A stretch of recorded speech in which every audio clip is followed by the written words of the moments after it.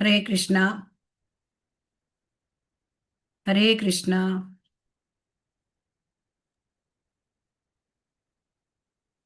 ಹರೇ ಕೃಷ್ಣ. ಎಲ್ಲ ಭಕ್ತರಿಗೂ ಹರೇ ಕೃಷ್ಣ. ಓಂ ಅಜ್ಞಾನತಿಮಿರಾಂಧಸ್ಯ ಜ್ಞಾನಾಂಜನಶಲಾಕಯಾ ಚಕ್ಷುರುನ್ಮೀಲಿತಂ ಯೇನ ತಸ್ಮೈ ಶ್ರೀಗುರವೇ ನಮಃ. ಶ್ರೀಚೈತನ್ಯಮನೋಭೀಷ್ಟಂ ಸ್ಥಾಪಿತಂ ಯೇನ ಭೂತಲೆ ಸ್ವಯಂ ರೂಪಃ ಕದಾ ಮಹ್ಯಂ ದದಾತಿ ಸ್ವಪದಾಂತಿಕಂ. ವಂದೇಹಂ ಶ್ರೀಗುರೋಃ ಶ್ರೀಯುತಪದಕಮಲಂ ಶ್ರೀಗುರೂನ್ ವೈಷ್ಣವಾಂಶ್ಚ ಶ್ರೀರೂಪಂ ಸಾಗ್ರಜಾತಂ ಸಹಗಣ ರಘುನಾಥಾನ್ವಿತಂ तं ಸಜೀವಂ ಸಾದ್ವೈತಂ ಸಾವಧೂತಂ ಪರಿಜನಸಹಿತಂ ಕೃಷ್ಣ ಚೈತನ್ಯದೇವಂ ಶ್ರೀರಾಧಾ ಕೃಷ್ಣ ಪಾದಾನ್ ಸಹಗಣ ಲಲಿತಾ ಶ್ರೀ ವಿಶಾಖಾನ್ವಿತಾಂಶ್ಚ. ಹೇ ಕೃಷ್ಣ ಕರುಣಾ ಸಿಂಧೋ ದೀನಬಂಧೋ ಜಗತ್ಪತೆ ಗೋಪೇಶ ಗೋಪಿಕಾ ಕಾಂತ ರಾಧಾಕಾಂತ ನಮೋಸ್ತುತೆ. ತಪ್ತ ಕಾಂಚನ ಗೌರಾಂಗಿ ರಾಧೆ ವೃಂದಾವನೇಶ್ವರಿ ವೃಷಭಾನುಸುತೆ ದೇವಿ ಪ್ರಣಮಾಮಿ ಹರಿಪ್ರಿಯೇ. ವಾಂಛಾಕಲ್ಪತರುಭ್ಯಶ್ಚ ಕೃಪಾ ಸಿಂಧುಭ್ಯ ಏವ ಚ ಪತಿತಾನಾಂ ಪಾವನೇಭ್ಯೋ ವೈಷ್ಣವೇಭ್ಯೋ ನಮೋ ನಮಃ. ಜಯ ಶ್ರೀ ಕೃಷ್ಣ ಚೈತನ್ಯ ಪ್ರಭು ನಿತ್ಯಾನಂದ ಶ್ರೀ ಅದ್ವೈತ ಗದಾಧರ ಶಿವಸಾದಿ ಗೌರ್ಭಕ್ತವೃಂದ. ಹರೇ ಕೃಷ್ಣ ಕೃಷ್ಣ ಕೃಷ್ಣ ಹರೇ ಹರೇ ಹರೇ ರಾಮ ರಾಮ ರಾಮ ಹರೇ ಹರೇ. ಹರೇ ಕೃಷ್ಣ ಕೃಷ್ಣ ಕೃಷ್ಣ ಹರೇ ಹರೇ ಹರೇ ರಾಮ ರಾಮ ರಾಮ ಹರೇ ಹರೇ. ಹರೇ ಕೃಷ್ಣ ಕೃಷ್ಣ ಕೃಷ್ಣ ಹರೇ ಹರೇ ಹರೇ ರಾಮ ರಾಮ ರಾಮ ಹರೇ ಹರೇ. ಹರೇ ಕೃಷ್ಣ ಕೃಷ್ಣ ಹರೇ ಹರೇ ಹರೇ ರಾಮ ರಾಮ ಹರೇ ಹರೇ. ಹರೇ ಕೃಷ್ಣ ಕೃಷ್ಣ ಹರೇ ಹರೇ ಹರೇ ರಾಮ ರಾಮ ಹರೇ ಹರೇ. ಹರೇ ಕೃಷ್ಣ ಕೃಷ್ಣ ಹರೇ ಹರೇ ಹರೇ ರಾಮ ರಾಮ ಹರೇ ಹರೇ. ಹರೇ ಕೃಷ್ಣ ಕೃಷ್ಣ ಹರೇ ಹರೇ ಹರೇ ರಾಮ ರಾಮ ಹರೇ ಹರೇ. ಹರೇ ಕೃಷ್ಣ ಕೃಷ್ಣ ಹರೇ ಹರೇ ಹರೇ ರಾಮ ರಾಮ ಹರೇ ಹರೇ. ಹರೇ ಕೃಷ್ಣ ಕೃಷ್ಣ ಹರೇ ಹರೇ ಹರೇ ರಾಮ ರಾಮ ಹರೇ ಹರೇ. ಹರೇ ಕೃಷ್ಣ ಕೃಷ್ಣ ಹರೇ ಹರೇ ಹರೇ ರಾಮ ರಾಮ ಹರೇ ಹರೇ. ಜಯ ರಾಧ ಮಾಧವ ಕುಂಜ ವಿಹಾರಿ ಜಯ ಗೋಪೀ ಜನ ವಲ್ಲಭ ಗಿರಿವರದಾರಿ. ಜಯ ರಾಧ ಮಾಧವ ಕುಂಜ ವಿಹಾರಿ ಜಯ ಗೋಪೀ ಜನವಲ್ಲಭ ಗಿರಿವರಧಾರಿ ಯಶೋದನಂದನ ಬ್ರಜ ಜನರಂಜನ ಯಶೋದನಂದನ ಬ್ರಜ ಜನರಂಜನ ಯಮುನಾ ತೀರ ವನಚಾರಿ ಯಶೋದನಂದನ ಬ್ರಜ ಜನರಂಜನ ಯಮುನಾ ತೀರ ವನಚಾರಿ ಜಯ ರಾಧ ಮಾಧವ ಕುಂಜ ವಿಹಾರಿ ಜಯ ರಾಧ ಮಾಧವ ಕುಂಜ ವಿಹಾರಿ ಗೋಪಿ ಜನವಲ್ಲಭ ಗಿರಿವರಧಾರಿ ಜಯ ಗೋಪಿ ಜನ ವಲ್ಲಭ ಗಿರಿವರಧಾರಿ ಯಶೋದನಂದನ ಬ್ರಜ ಜನರಂಜನ ಯಶೋದನಂದನ ಬ್ರಜ ಜನರಂಜನ ಯಮುನಾ ತೀರ ವನಚಾರಿ ಯಮುನಾ ತೀರ ವನಚಾರಿ जय होम विष्णुपाद परमहंस परिव्राजकाचार्य अष्टोत्तर शत हिज डिवाइन ग्रेस अभय चरणारविंद श्रील प्रभुपाद की जय ISKCON founder BBT founder Srila Prabhupada की जय जय होम विष्णुपाद परमहंस परिव्राजकाचार्य अष्टोत्तर शत हिज डिवाइन ग्रेस श्रील भक्ति सिद्धांत सरस्वती गोस्वामी महाराज की जय अनंत कोटि वैष्णव वृंद की जय नामाचार्य हरिदास की जय प्रेम से बोलो श्री कृष्ण चैतन्य प्रभु नित्यानंद श्री अद्वैत गदाधर श्रीवासादि गौर भक्त वृंद श्री राधा कृष्ण गोप गोपीनाथ श्याम कुंड राधा कुंड गिरियो वृद्धन की जय मथुरा वृंदावन धाम की जय नवद्वीप मायापुर धाम की जय जगन द्वारका धाम की जय जगन्नाथ क्षेत्र की जय भक्ति देवी की जय तुलसी देवी की जय गंगा माई की जय यमुना माई की जय श्री हरिनाम संकीर्तन महामहोत्सव की जय श्री राधा गोविंद मंगलारती महामहोत्सव की जय सामवेद भक्त वृंद की जय Srila Prabhupada transcendental book distribution की जय निताय गौर Premanand all glories to all devotees all glories to all devotees all glories to all devotees all glories to all devotees all glories to all devotees all glories to Guru Gauranga all glories to Srila Prabhupada ki jai Hare Krishna ಎಲ್ಲ ಭಕ್ತರಿಗೂ ಹರೇ ಕೃಷ್ಣ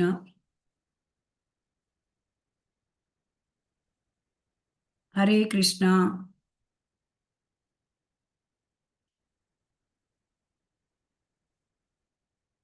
ಮಾತಾಜಿ ಕೇಳಿಸ್ತಾ ಉಂಟಾ? ಹರೇ ಕೃಷ್ಣ. ಹಾ Mataji. Okay, Hare Krishna. ಕೇಳಿಸ್ತಾ ಇದೆ. ಹರೇ ಕೃಷ್ಣ. ಹರೇ ಕೃಷ್ಣ ಮಾತಾಜಿ. ಹರೇ ಕೃಷ್ಣ. ಇಲ್ಲಿಯವರೆಗೆ ನಾವು 6 ಅಧ್ಯಾಯಗಳನ್ನ ಮುಗಿಸಿದ್ದೇವೆ. ಈ ಮೊದಲನೆಯ 6 ಅಧ್ಯಾಯಗಳು ಕರ್ಮಯೋಗ. ಭಗವದ್ಗೀತೆಯಲ್ಲಿ 3 ವಿಭಾಗ. ಮೊದಲೆಯ 6 ಅಧ್ಯಾಯಗಳು ಕರ್ಮಯೋಗ, 7ರಿಂದ 12ನೇ ಅಧ್ಯಾಯದವರೆಗೆ ಭಕ್ತಿ ಯೋಗ, 13ರಿಂದ 18ನೇ ಅಧ್ಯಾಯದವರೆಗೆ ಜ್ಞಾನಯೋಗ. ಸೊ ಈ ಒಂದು ವಿಚಾರದಲ್ಲಿ ನಾವು 6 ಅಧ್ಯಾಯಗಳನ್ನು ಈಗಾಗಲೇ ಮುಗಿಸಿದ್ದೇವೆ ಕರ್ಮಯೋಗವನ್ನ. ಮೊದಲನೇ ಅಧ್ಯಾಯದಲ್ಲಿ ಅರ್ಜುನನ ವಿಷಾದ. ಸೊ ಅವನು ಹೇಳ್ತಾನೆ, ಯುದ್ಧ ಮಾಡೋಲ್ಲ, ಸಹಾನುಭೂತಿ ಕಾರಣ ಕೊಡ್ತಾನೆ. ಸಹಾನುಭೂತಿ ಪಾಪ ಕಾರ್ಯ, ಯುದ್ಧದಿಂದ ಲಾಭ ಏನೂ ಇಲ್ಲ, ಸಂತೋಷವೂ ಇಲ್ಲ, ಕುಟುಂಬ ನಾಶ, ಮತ್ತೆ ನನಗೆ ಯುದ್ಧ ಮಾಡಬೇಕು ಬಿಡಬೇಕು ಇದು ನನಗೆ ನಿರ್ಣಯ ಮಾಡೋಕ್ಕಾಗ್ತಾ ಇಲ್ಲ ಅಂತ ಹೇಳ್ತಾನೆ. 2ನೇ ಅಧ್ಯಾಯದಲ್ಲಿ ಗೀತಾಸಾರ ಸಂಗ್ರಹ, ಅಲ್ಲಿ ಶರಣಾಗತಿ ತತ್ವ, ಆಮೇಲೆ ಆತ್ಮಜ್ಞಾನವನ್ನು ತಿಳಿಸೋದು, ಮತ್ತೆ ನಿಷ್ಕಾಮ ಕರ್ಮಯೋಗ, ಜ್ಞಾನದಿಂದ ಕರ್ಮವನ್ನು ಮಾಡು, ಭಕ್ತಿ ಯೋಗ, ಇವನ್ನೆಲ್ಲ ನಾವು ತಿಳಿದುಕೊಂಡಿದ್ದೇವೆ. ಈಗ 3ನೇ ಅಧ್ಯಾಯದಲ್ಲಿ ಕರ್ಮಯೋಗ. ಕರ್ಮಯೋಗ ಅಂದ್ರೆ ಅಲ್ಲಿ ಕರ್ಮಕಾಂಡದಿಂದ ಕರ್ಮಯೋಗಕ್ಕೆ ಬರಬೇಕು ಅಂತ ಭಗವಂತ ಹೇಳ್ತಾನೆ. ಸಕಾಮ ಕರ್ಮಯೋಗ ಮಾಡು, ನಿಷ್ಕಾಮ ಕರ್ಮಯೋಗ ಮಾಡು, ಇಲ್ಲ ಅದಾಗಲಿಲ್ಲ ಸಕಾಮ ಕರ್ಮಯೋಗವನ್ನು ಮಾಡು ಅಂತ ಹೇಳಿ.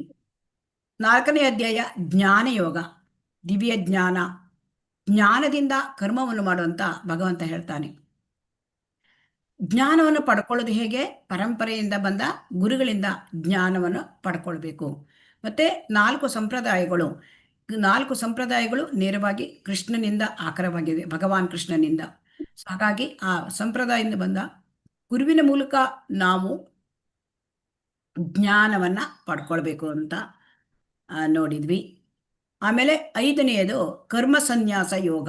ಸೊ ಅಂದ್ರೆ ಕೃಷ್ಣ ಪ್ರಜ್ಞೆಯಲ್ಲಿ ಜ್ಞಾನ, ಕೃಷ್ಣ ಪ್ರಜ್ಞೆಯಲ್ಲಿ ಕರ್ಮ ಮಾಡುವುದು, ಇದನ್ನ ಅಂದ್ರೆ ಹೇಳ್ತಾ ಇದ್ದಾರೆ. ಅಂದ್ರೆ ಇದರಲ್ಲಿ ನಾವು ಕರ್ಮ ಅಂದ್ರೇನು, ವಿಕರ್ಮ ಅಂದ್ರೇನು, ಅಕರ್ಮ ಅಂದ್ರೇನು, ಇದನ್ನೆಲ್ಲ ತಿಳ್ಕೊಂಡ್ವಿ. ಸೊ ಹಾಗಾಗಿ ಅಲ್ಲಿ ಅಕರ್ಮವನ್ನ ಮಾಡಿದರೆ ನಮಗೆ ಪಾಪದ ಲೇಪ ಇರೋದಿಲ್ಲ. ಯಾಕೆಂದ್ರೆ ಅಕರ್ಮ ಅಂದ್ರೆ ಭಗವಂತನಿಗೆ ಮಾಡ್ತಕ್ಕಂತಹ ಕೆಲಸ ಕಾರ್ಯಗಳು. ಆಮೇಲೆ ನಿನ್ನೆ ನಾವು ನೋಡಿದ್ದೀವಿ ಒಂದು ಅಷ್ಟಾಂಗ ಯೋಗ.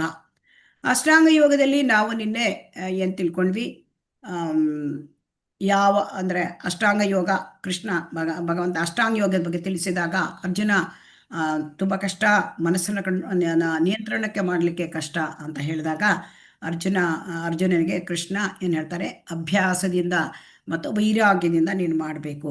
ಸೊ ಈ ಒಂದು ಅಭ್ಯಾಸ ಏನು ಅಂತ ಅಂದರೆ ಅಲ್ಲಿ ಕೃಷ್ಣ ಪ್ರಜ್ಞೆಯಲ್ಲಿ ಭಕ್ತಿ ಕಾರ್ಯ. ಈ ಯುಗಕ್ಕೆ ಕಲಿಯುಗಕ್ಕೆ ಹರಿನಾಮ ಸಂಕೀರ್ತನ ಅದನ್ನು ಮಾಡಬೇಕು, ಅದೇ ಯಜ್ಞ, ಅದೇ ಕಲಿಯುಗಕ್ಕೆ ಹರಿನಾಮ ಸಂಕೀರ್ತನ. ಅದರದ ಒಂದು ಮಹಿಮೆಗಳನ್ನು ಕೂಡ ನಿನ್ನೆ ನಾವು ನೋಡಿದ್ದೇವೆ. ಸೊ ಹಾಗಾಗಿ ಎಲ್ಲ ಯೋಗಗಳಲ್ಲಿ ಅತ್ಯುನ್ನತವಾದದ್ದು ಭಕ್ತಿ ಯೋಗ. ಸೊ ಅದನ್ನ ನಾವೀಗ ಭಕ್ತಿ ಯೋಗದ ಅಧ್ಯಾಯಗಳನ್ನ ನಾವು ಪ್ರಾರಂಭ ಮಾಡ್ತಾ ಇದ್ದೇವೆ.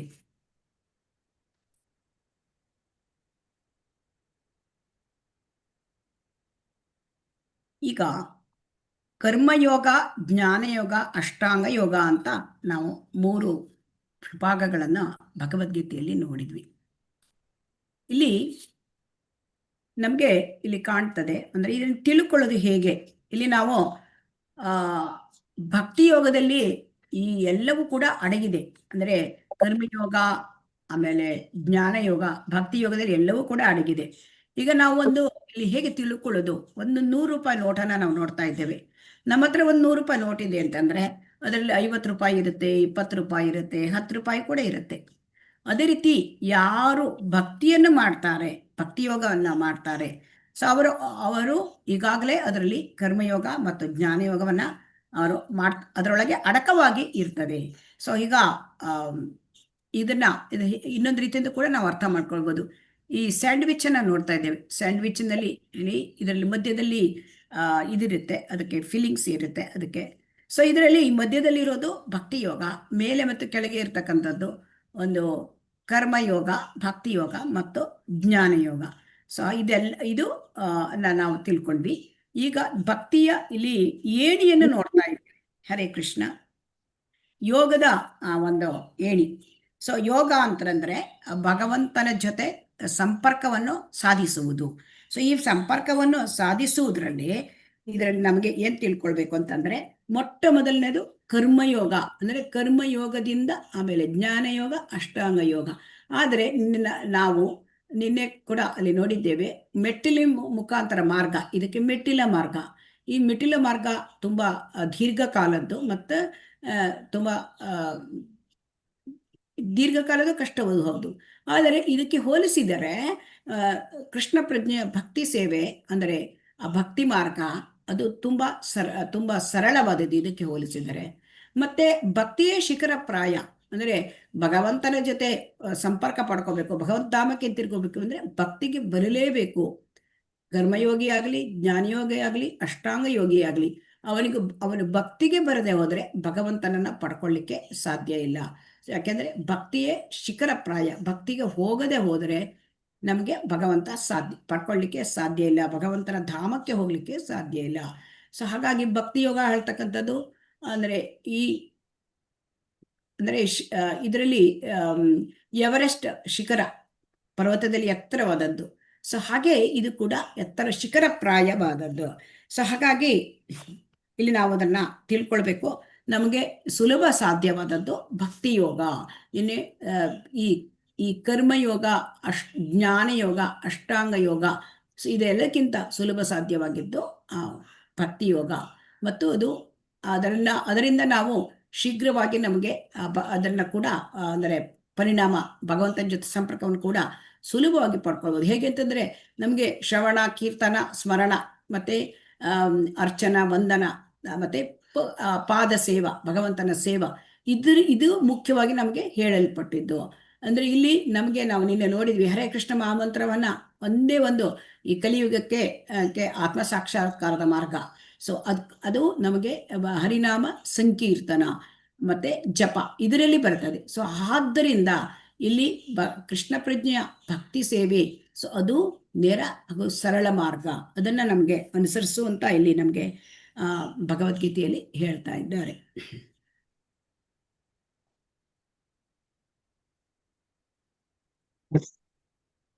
ಈಗ ನಾವು ಇವತ್ತು ನೋಡ್ತಾ ಇರ್ತಕ್ಕಂಥದ್ದು ಅಧ್ಯಾಯ 7, ಜ್ಞಾನ ವಿಜ್ಞಾನ ಯೋಗ.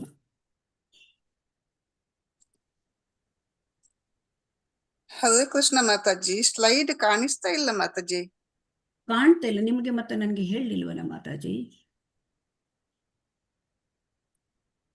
ಒಂದು ನಿಮಿಷ. ಈಗ ಕಾಣ್ತಾ ಇದೆಯಾ? ಈಗ ಕಾಣಿಸ್ತದೆ, ಈಗ ಬಂತು. ಇಷ್ಟು ತನಕ ಕಾಣ್ತಾ ಇಲ್ವಾ? ಬೇರೆ ಏನೋ ಸ್ಕ್ರೀನ್ ಅಲ್ಲಿ ಕಾಣಿಸ್ತಾ ಇತ್ತು ಮಾತಾಜಿ. ಈಗ ಕಾಣ್ತಾ ಇದೆಯಲ್ವಾ? ಈಗ ಕಾಣಿಸ್ತದೆ. ಓಕೆ, ತಕ್ಷಣ ನನಗೆ ನೀವು ಹೇಳಬೇಕು ಮಾತಾಜಿ, ಇಲ್ಲದಿದ್ರೆ ನಮಗೆ ಗೊತ್ತಾಗಲ್ಲ.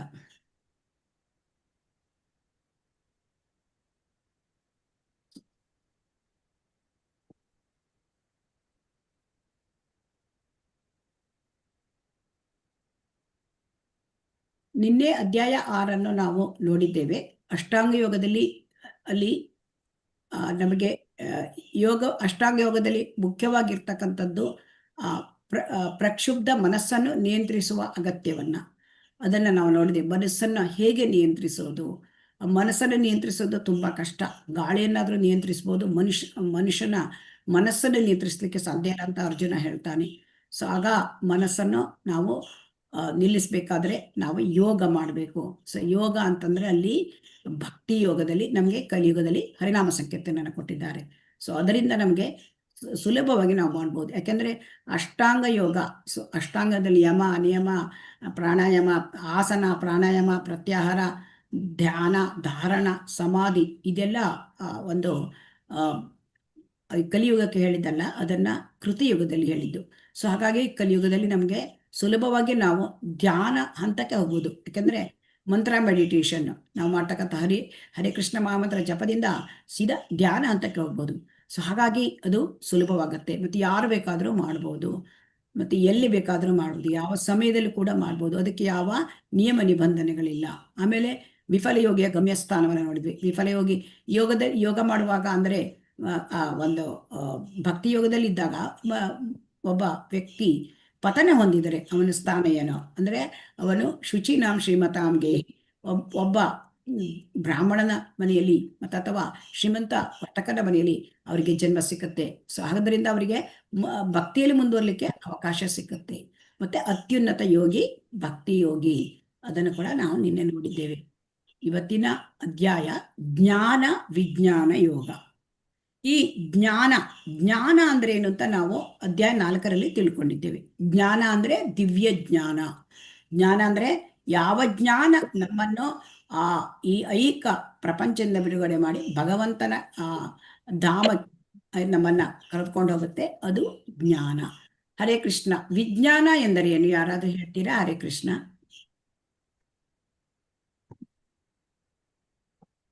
ಹರೇ ಕೃಷ್ಣ. ವಿಜ್ಞಾನ ಅಂದ್ರೆ ಏನು? ಯಾರಾದ್ರೂ ಹೇಳ್ತೀರಾ? ಹರೇ ಕೃಷ್ಣ. ವಿಶಿಷ್ಟ ಜ್ಞಾನ. ವಿಶಿಷ್ಟ ಜ್ಞಾನ, ವಿಜ್ಞಾನ, ದಟ್ ಈಸ್ ಅದು ಭೌತಿಕವಾದ ಒಂದು ಭೌತಿಕವಾದ ಒಂದು ವಿಚಾರ ಅಂದ್ರೆ ಹೇಳ್ತಾ ಇರೋದು ನೀವು. ಬೇರೆ ಯಾರಾದ್ರೂ ಹೇಳ್ತೀರಾ ವಿಜ್ಞಾನ ಅಂದ್ರೆ ಏನು? ಸೈಂಟಿಫಿಕ್ ಆಗಿ ಎಲ್ಲವನ್ನು ನೋಡಿ ತಿಳ್ಕೊಳೋದು ವಿಜ್ಞಾನ ಮಾತಾಜಿ. ಅಂದ್ರೆ ಏನಾದ್ರೂ ಹೇಳಿದ್ರೆ ನಮ್ದಿರ ಸೈಂಟಿಫಿಕ್ ಆಗಿ ಚೆಕ್ ಮಾಡಿ ಪ್ರಯೋಗಗಳನ್ನ ಮಾಡಿ ಎಕ್ಸ್ಪೆರಿಮೆಂಟ್ಸ್ ನ ಮಾಡಿ ಪ್ರೂವ್ ಮಾಡ್ತಾರೆ. ಹರೇ ಕೃಷ್ಣ. ವಿಜ್ಞಾನ ಅಂತಂದ್ರೆ ಒಂದು ಪ್ರಯೋಗ ಮಾಡಿ ಪ್ರೂವ್ ಮಾಡ್ತಾರೆ ಅಂತ, ಅದು ನಮ್ಮ ಭೌತಿಕ ಜ್ಞಾನದಲ್ಲಿ ನಾವು ತಿಳ್ಕೊಂಡಿರೋದು. ಆದರೆ ಭಗವದ್ಗೀತೆಯಲ್ಲಿ ಆಧ್ಯಾತ್ಮಿಕ ಜ್ಞಾನದಲ್ಲಿ ನಾವು ಹೇಳ್ತಾ ಇದ್ದೇವೆ. ಸೊ ಇಲ್ಲಿ ಭಗವಂತನ ಜ್ಞಾನವನ್ನ ನಾವು ಏನು, ಭಗವಂತನ ಜ್ಞಾನವನ್ನು ನಾವು ಏನು ಪಡ್ಕೊಳ್ತೀವಿ, ಆಧ್ಯಾತ್ಮಿಕ ಜ್ಞಾನವನ್ನ, ಅದನ್ನು ನಮ್ಮ ಜೀವನದಲ್ಲಿ ಅಳವಡಿಸುವುದು, ಅದಕ್ಕೆ ವಿಜ್ಞಾನ ಅಂತ ಹೇಳ್ತಾರೆ. ಸೊ ಈಗ ನಾವು ಆಧ್ಯಾತ್ಮಿಕದಲ್ಲಿ ವಿಜ್ಞಾನ ಅಂತಂದ್ರೆ ಬೇರೆ, ಆಧ್ಯಾತ್ಮಿಕ ವಿಜ್ಞಾನ ಅಂದ್ರೆ ಈಗ ನಾವು ಭಗವದ್ಗೀತೆಯಲ್ಲಿ ನಾವು ಏನನ್ನ ನಮಗೆ ತಿಳಿಸ್ತಾ ಇದ್ದಾರೆ ಭಗವಂತ, ಅದನ್ನ ನಾವು ನಮ್ಮ ಜೀವನದಲ್ಲಿ ಅಳವಡಿಸ್ಕೊಳ್ಳೋದು. ಅಂದ್ರೆ ಈಗ ನಾವು ನೋಡಿದ್ವಿ ಕರ್ಮಯೋಗದಲ್ಲಿ, ಅಂದ್ರೆ ಕರ್ಮ ಮಾಡುವಾಗ ಜ್ಞಾನದಿಂದ ಕರ್ಮವನ್ನು ಮಾಡು, ಮತ್ತೆ ನೀನು ಅದರಲ್ಲಿ ಆ ಕರ್ಮದಲ್ಲಿ ಪ್ರತಿಯೊಂದನ್ನು ಭಗವಂತ ಏನು ಉಪದೇಶ ಕೊಡ್ತಾನೆ ಭಗವದ್ಗೀತೆಯಲ್ಲಿ, ಅದನ್ನು ನಮ್ಮ ಜೀವನದಲ್ಲಿ ಅಳವಡಿಸ್ಕೊಳ್ಳೋದು. ಈಗ ಕಲಿಯುಗಕ್ಕೆ ಯುಗ ಧರ್ಮ ಹರೇ ಕೃಷ್ಣ ಮಹಾಮಂತ್ರ, ಅದನ್ನು ನಮ್ಮ ಜೀವನದಲ್ಲಿ ಅಳವಡಿಸ್ಕೊಳ್ಳೋದು, ಅದು ವಿಜ್ಞಾನ. ವಿಜ್ಞಾನ ಅಂದರೆ ಸಾಕ್ಷಾತ್ಕಾರ ಮಾಡಿಕೊಂಡ ಜ್ಞಾನ. ಸಾಕ್ಷಾತ್ಕಾರ ಮಾಡ್ಕೊಂಡ ಜ್ಞಾನ ಅಂದರೆ ನಮ್ಮ ಜೀವನದಲ್ಲಿ ನಾವು ಅಳವಡಿಸ್ಕೊಳ್ಳೋದು. ಅಂದರೆ ಈಗ ಪ್ರಸಾದ ಸೇವನೆ ಮಾಡಬೇಕು, ಅದನ್ನು ನಮ್ಮ ಜೀವನದಲ್ಲಿ ಅಳವಡಿಸ್ಕೊಳ್ಳೋದು, ಇದಕ್ಕೆ ವಿಜ್ಞಾನ ಅಂತ ಹೇಳ್ತಾರೆ. ಜ್ಞಾನ ವಿಜ್ಞಾನ ಯೋಗ. ಈ ಯೋಗದಲ್ಲಿ ನಮಗೆ ಏನು ತಿಳಿಸ್ತಾ ಇದ್ದಾರೆ ಭಗವಂತ ಅಂತಂದ್ರೆ, ಮುಖ್ಯವಾಗಿ ಭಗವಂತ ಷಡೈಶ್ವರ್ಯ ಸಂಪನ್ನ. ಸೊ ಷಡೈಶ್ವರ್ಯ ಸಂಪನ್ನ, ಎಲ್ಲ ಒಂದು ಭಗವಂತನಿಗೆ 6 ರೀತಿಯ ಭಗಗಳಿವೆ. ಅದ 2ನೇ ಅಧ್ಯಾಯದಲ್ಲಿ ನಾವು ನೋಡಿದ್ದೇವೆ. ಆ ಭಗಗಳು ಅದನ್ನ ಷಡೈಶ್ವರ್ಯ ಸಂಪನ್ನ ಅಂತ ಕರೀತಾರೆ. ಅದರಲ್ಲಿ ಎಲ್ಲ ಶಕ್ತಿ, ಎಲ್ಲ ಸೌಂದರ್ಯ, ಆಮೇಲೆ ಎಲ್ಲ ಒಂದು ಸಂಪತ್ತು, ಎಲ್ಲ ಜ್ಞಾನ, ಎಲ್ಲ ಕೀರ್ತಿ, ಎಲ್ಲ ಜ್ಞಾನ, ಎಲ್ಲ ವೈರಾಗ್ಯ, ಇವು ಷಡೈಶ್ವರ್ಯ. ಈ ಷಡೈಶ್ವರ್ಯದಲ್ಲಿ ಅದನ್ನ ಭಗವಂತ ಏನ್ ತೋರಿಸ್ತಾ ಇದ್ದಾನೆ, ತನ್ನ ಐಶ್ವರ್ಯಗಳನ್ನ ಹೇಗೆ ಐಕ ಪ್ರಪಂಚದಲ್ಲಿ ಅಭಿವ್ಯಕ್ತಿ ಮಾಡ್ತಾನೆ, ನಮಗೆ ಹೇಗೆ ಆ ಭಗವಂತನ ಈ ಭಗಗಳು ನಮ್ಮ ಐಕ ಪ್ರಪಂಚದಲ್ಲಿ ಹೇಗೆ ತೋರಿಸ್ಕೊಳ್ತಾನೆ, ಇದನ್ನ ನಮಗೆ ತಿಳಿಸ್ತಾ ಇದ್ದಾನೆ. ಮತ್ತೆ ಯಾವುದಾದ್ರೂ ವಸ್ತುವಿನ ಬಗ್ಗೆ ನಮ್ಗೆ ತಿಳುವಡಬೇಕು, ಅದು ವಿಜ್ಞಾನನ ನಮಗೆ ಹೇಳಿದ್ರು. ಆಮೇಲೆ ಏನಾಗುತ್ತೆ ಅಂತಂದ್ರೆ ಇದನ್ನು ಹೇಗೆ ವಿಜ್ಞಾನ ಇದನ್ನು ಹೇಗೆ ಅರ್ಥ ಮಾಡ್ಕೊಳ್ಳೋದು ಅಂತಂದ್ರೆ, ಈಗ ನಾವೀಗ ಭಗವದ್ಗೀತೆಯ ತರಗತಿ ಬಂದಿದ್ದೇವೆ. ಈಗ ಭಗವದ್ಗೀತೆಯ ತರಗತಿಯನ್ನ ಒಂದು ಕಿವಿಯಿಂದ ಕೇಳಿ ಮತ್ತೊಂದು ಕಿವಿಗೆ ಬಿಟ್ಬಿಟ್ರೆ ಅದು ಜ್ಞಾನ ಅಷ್ಟೇ, ಅದು ವಿಜ್ಞಾನ ಆಗಲ್ಲ. ವಿಜ್ಞಾನ ಅಂತಂದ್ರೆ ನಾವು ಕೇಳಿದ್ದನ್ನ ನಮ್ಮ ಜೀವನದಲ್ಲಿ ಅಳವಡಿಸ್ಕೊಂಡ್ರೆ ನಾವು ಮಾನವ ಜೀವನದಲ್ಲಿ ನಾವು ಉದ್ಧಾರ ಹೊಂದ್ಬೋದು. ಸೊ ಇದನ್ನು ಕೂಡ ನಾವು ತುಂಬಾ ಚೆನ್ನಾಗಿ ತಿಳ್ಕೊಳ್ಬೇಕು. ಯಾಕೆಂದ್ರೆ ನಾವು ಪಡೆದ ಜ್ಞಾನವನ್ನ ನಾವು ಅದನ್ನ ಆಚರಣೆಗೆ ತಂದುಕೊಳ್ಳೋದು. ಸೊ ಈಗ ಇಲ್ಲಿ ಏನಾಗುತ್ತೆ, ಭಗವಂತನ ಬಗ್ಗೆ ನಮಗೆ ತಿಳ್ಕೊಳ್ಳಿಕ್ಕೆ, ನಮಗೆ ತಿಳ್ಕೊಂಡ್ರೆ ಮಾತ್ರ ನಮಗೆ ಅರ್ಥ ಆಗುತ್ತೆ. ಆದರೆ ಆ ಭಗವಂತನ ಬಗ್ಗೆ ಹೇಗೆ ತಿಳ್ಕೊಳ್ಬೇಕು, ಯಾರು ತಿಳಿಸ್ಬೇಕು ಭಗವಂತನ ಬಗ್ಗೆ ಈಗ ನಮಗೆ ತಿಳಿಸ್ಕೋಬೇಕು ಅಂತಂದ್ರೆ ಅವರೇ ಹೇಳ್ಕೋಬೇಕು ಭಗವಂತನ ಬಗ್ಗೆ. ಯಾಕೆಂದ್ರೆ ಭಗವಂತನ ಬಗ್ಗೆ ಈಗ ನಮಗೆ ಒಂದು ಇದು ಬರುತ್ತೆ, ಅಂದ್ರೆ ನಮ್ಮ ತಂದೆ ತಾಯಿ ಇರ್ತಾರೆ ಅಂತ ತಿಳ್ಕೊಳ್ಳೋಣ, ಅವರ ಬಗ್ಗೆ ನಮಗೆ ಪೂರ್ತಿಯಾಗಿ ಮಾಹಿತಿ ಇರುತ್ತಾ? ಇಲ್ಲ ಅಲ್ವಾ? ಅವರು ನಮಗೆ ಒಂದು 8-10 ವರ್ಷ ಆದ್ಮೇಲೆ ಏನಾದ್ರೂ ಸ್ವಲ್ಪ ತಿಳುವಳಿಕೆ ಬರುತ್ತೆ. ಅವರು ತುಂಬಾ ನಾವು ಹುಟ್ಟುವುದಕ್ಕಿಂತ ಮುಂಚೆ ಅವ್ರ ಜೀವನದಲ್ಲಿ ಹೇಗಿತ್ತು ಏನು, ಇದನ್ನ ನಮ್ಗೆ ತಿಳ್ಕೊಳಿಕ್ ಆಗತ್ತಾ? ಹರೇ ಕೃಷ್ಣ, ಇದನ್ನ ತಿಳ್ಕೊಳಿಕ್ ಆಗತ್ತಾ ನಮ್ಗೆ? ಹರೇ ಕೃಷ್ಣ. ಆಗೋದಿಲ್ಲ. ಆ ತಂದೆ ತಾಯಿನೇ ಹೇಳ್ಬೇಕು, ನಾನು ತುಂಬಾ ಕಷ್ಟಪಟ್ಟಿದ್ದೇನೆ, ಈಗ ನಿಮ್ಮನ್ನೆಲ್ಲ ಇಷ್ಟು ಬೆಳೆಸಿ ದೊಡ್ಡ ಮಾಡ್ಲಿಕ್ಕೆ ನನ್ನ ಜೀವನದಲ್ಲಿ ಇದೆಲ್ಲ ಆಗಿದೆ ಇಂತ ಅವರೇ ಹೇಳಿದ್ರೆ ಆ ಮಕ್ಕಳಿಗೆ ಗೊತ್ತಾಗತ್ತೆ ಅಲ್ವಾ? ಸೊ ಹಾಗಾಗಿ ಅದನ್ನ ಅವರೇ ಹೇಳಬೇಕು. ಅದೇ ತರ ಇಲ್ಲಿ ಭಗವಂತ ತಮ್ಮ ಒಂದು ವಿಚಾರವನ್ನ, ಭಗವಂತನ ವಿಚಾರವನ್ನ, ಐಶ್ವರ್ಯಗಳು ಮತ್ತೆ ಅದು ಹೇಗೆ ಅಭಿವ್ಯಕ್ತಿಯಾಗಿದೆ ಎಲ್ಲ ತಿಳಿಸ್ತಾ ಇದ್ದಾರೆ. ಮತ್ತೆ ನಮಗೆ ಭಗವಂತನ ಬಗ್ಗೆ ನಮಗೆ ಪ್ರೀತಿಯಿಂದ ಸೇವೆ ಮಾಡಬೇಕು ಅಂದ್ರೆ ನಮಗೆ ಭಗವಂತನ ಬಗ್ಗೆ ಗೊತ್ತಾಗದೆ ನಮ್ಗೆ ಪ್ರೀತಿ ಹುಟ್ಟುತ್ತಾ? ಯಾರದಾರು ಒಂದು ಗೊತ್ತಿಲ್ಲದೆ ಹೋದ್ರೆ ಅವ್ರ ಬಗ್ಗೆ ನಮ್ಗೆ ಪ್ರೀತಿ ಹುಟ್ಟುತ್ತಾ? ಪ್ರೀತಿ ನಮಗೆ ಹುಟ್ಟೋದಿಲ್ಲ. ಸೊ ಹಾಗಾಗಿ ನಮಗೆ ನಾವು ಪ್ರೀತಿಯಿಂದ ಭಕ್ತಿ ಸೇವೆ ಮಾಡಬೇಕು ಅಂತಂದ್ರೆ, ಭಗವಂತನನ್ನ ಆರಾಧನೆ ಮಾಡ್ಬೇಕು, ನಮಗೆ ಭಗವಂತನ ಬಗ್ಗೆ ಎಲ್ಲ ವಿಚಾರಗಳು ನಮಗೆ ಗೊತ್ತಿರಬೇಕು. ಈಗ ಅಧ್ಯಾಯ 7ರಲ್ಲಿ ಏನ್ ಹೇಳ್ತಾ ಇದ್ದಾರೆ ನೋಡೋಣ.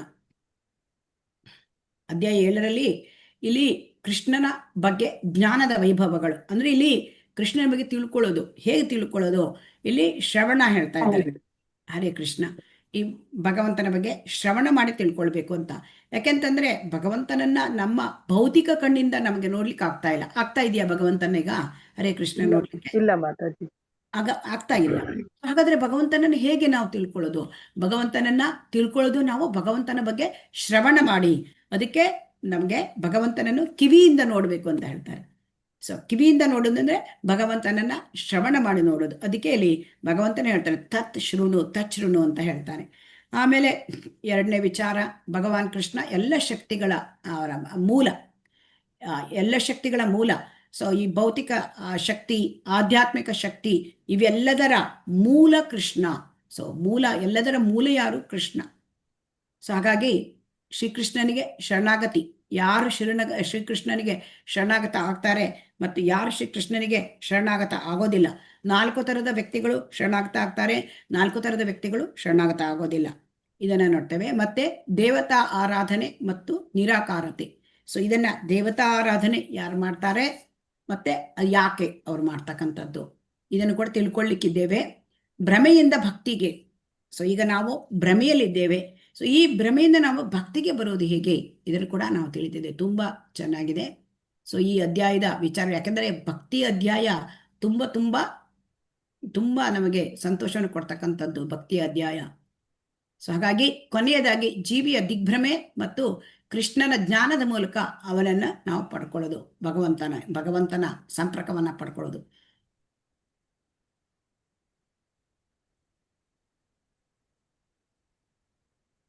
ಈಗ ನೋಡೋಣ ಮೊದಲನೆಯ ಶ್ಲೋಕ.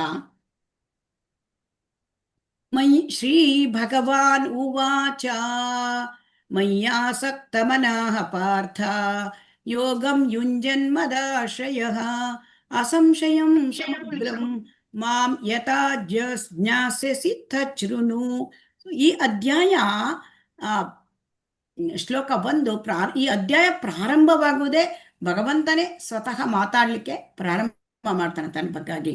ಸೊ ಹಾಗಾಗಿ ಇಲ್ಲಿ ಕೃಷ್ಣ ಅರ್ಜುನನಿಗೆ ಏನ್ ಹೇಳ್ತಾ ಇದ್ದಾನೆ ಅಂದ್ರೆ ತಚ್ ಶೃಣು ಅಂತಂದ್ರೆ ಒಂದು ಕೇಳು ಅಂತ ಕೇಳ್ತಾ ಇದ್ದಾರೆ.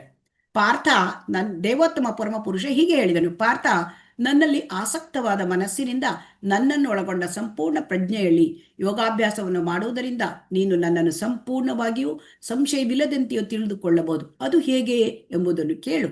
ಈಗ ಭಗವಂತನ ಬಗ್ಗೆ ತಿಳ್ಕೊಳ್ಳೋದು ಹೇಗೆ ಅವನೇ ಹೇಳ್ತಾ ಇದ್ದಾನೆ. ಸೊ ಅಂದ್ರೆ ಇಲ್ಲಿ ಶೃಣು, ಅದರಿಂದ ಶ್ರವಣದ ಮಹತ್ವವನ್ನ ನಾವಿಲ್ಲಿ ಈ ಒಂದು ಶ್ಲೋಕದಲ್ಲಿ ನಾವು ಭಗವಂತ ನಮಗೆ ಹೇಳ್ತಾ ಇದ್ದಾನೆ. ಶ್ರವಣ ಅಂದ್ರೆ ಏನು ಇಲ್ಲಿ ನಾವು ತಿಳ್ಕೊಳ್ಬೇಕು. ಶ್ರವಣ ಹೇಳ್ತಕ್ಕಂಥದ್ದು ಭಕ್ತಿಯ 9 ಪ್ರಕ್ರಿಯೆಗಳಲ್ಲಿ ಇದು ಮೊದಲನೆಯ ಹಂತ. ಆ ಶ್ರವಣ ಹೇಳ್ತದ್ದು ಶ್ರವಣಂ ಕೀರ್ತನಂ ಸ್ಮರಣಂ ವಿಷ್ಣು ಪಾದ ಸೇವನಂ ಅರ್ಚನಂ ವಂದನಂ ದಾಸ್ಯಂ ಸಖ್ಯಂ ಆತ್ಮನಿವೇದನಂ. ಸೊ ಹಾಗಾಗಿ ಈ ಭಕ್ತಿ ಕಾರ್ಯ ಪ್ರಾರಂಭವಾಗೋದು ಶ್ರವಣದಿಂದ. ಸೊ ಹಾಗಾಗಿ ಶ್ರವಣದ ಮಹತ್ವ ತುಂಬಾ ಮುಖ್ಯವಾದದ್ದು. ಯಾಕೆ ಶ್ರವಣ ಮಾಡಬೇಕು ಅದನ್ನು ನಾವು ಇಲ್ಲಿ ಹೇಳ್ತಾ ಇದ್ದಾರೆ. ಮತ್ತೆ ಇಲ್ಲಿ ಭಗವಂತ ಏನ್ ಹೇಳ್ತಾರೆ, ಮೊದಲು ನಿನ್ಗೆ ನಾನು ಇದನ್ನ ಶ್ರವಣದ ವಿಚಾರವನ್ನ ಅವರು ನಮಗೆ ತಿಳಿಸ್ಕೊಡ್ತಾ ಇದ್ದಾರೆ. ಯಾಕೆ ಅಂತಂದ್ರೆ ಇಲ್ಲಿ ಶ್ರವಣದಲ್ಲಿ ಮುಖ್ಯವಾದದ್ದು ಅಂತಂದ್ರೆ ನಮಗೆ ಆ ಶ್ರವಣದಿಂದ ನಮಗೆ ಏನಾಗುತ್ತೆ, ನಮ್ಮ ಹೃದಯದಲ್ಲಿ ಇರ್ತಕ್ಕಂತಹ ಎಲ್ಲ ಒಂದು ಶ್ರವಣ ಹೇಗೆ ನಮ್ಮನ್ನ ಇದು ಮಾಡ್ತದೆ ಕೇಳಿದ್ರೆ, ಈ ಹೃದಯದಲ್ಲಿ ಇರ್ತಕ್ಕಂಥ ತಮೋಗುಣ, ರಜೋಗುಣ, ಮತ್ತೆ ಕಾಮ, ಕ್ರೋಧ, ಮದಮೋಹ, ಲೋಭ, ಇದನ್ನೆಲ್ಲ ಅದು ಶುದ್ಧ ಮಾಡುತ್ತೆ ನಮ್ಮನ್ನ. ಯಾಕೆಂದ್ರೆ ನಮಗೆ ಅರ್ಥ ಆಗೋದಿಲ್ಲ. ಸೊ ಅದಕ್ಕಾಗಿ ಇದನ್ನ ಶುದ್ಧ ಮಾಡ್ಕೊಳ್ಬೇಕು. ಸೊ ಇದನ್ನ ನಮಗೆ ಹೇಳ್ತಾ ಇದ್ದಾರೆ. ಸೊ ಈ ಮೊದಲನೆಯ ಒಂದು ಶ್ಲೋಕದಲ್ಲಿ ಅದನ್ನು ನಾವು ಹೇಗೆ ತಿಳ್ಕೊಳ್ಬೇಕು ಅಂದರೆ, ಶೃಣ್ವತಾಂ ಸ್ವಕತಃ ಕೃಷ್ಣ, ಶೃಣ್ವತಾಂ ಸ್ವಕತಃ ಕೃಷ್ಣ.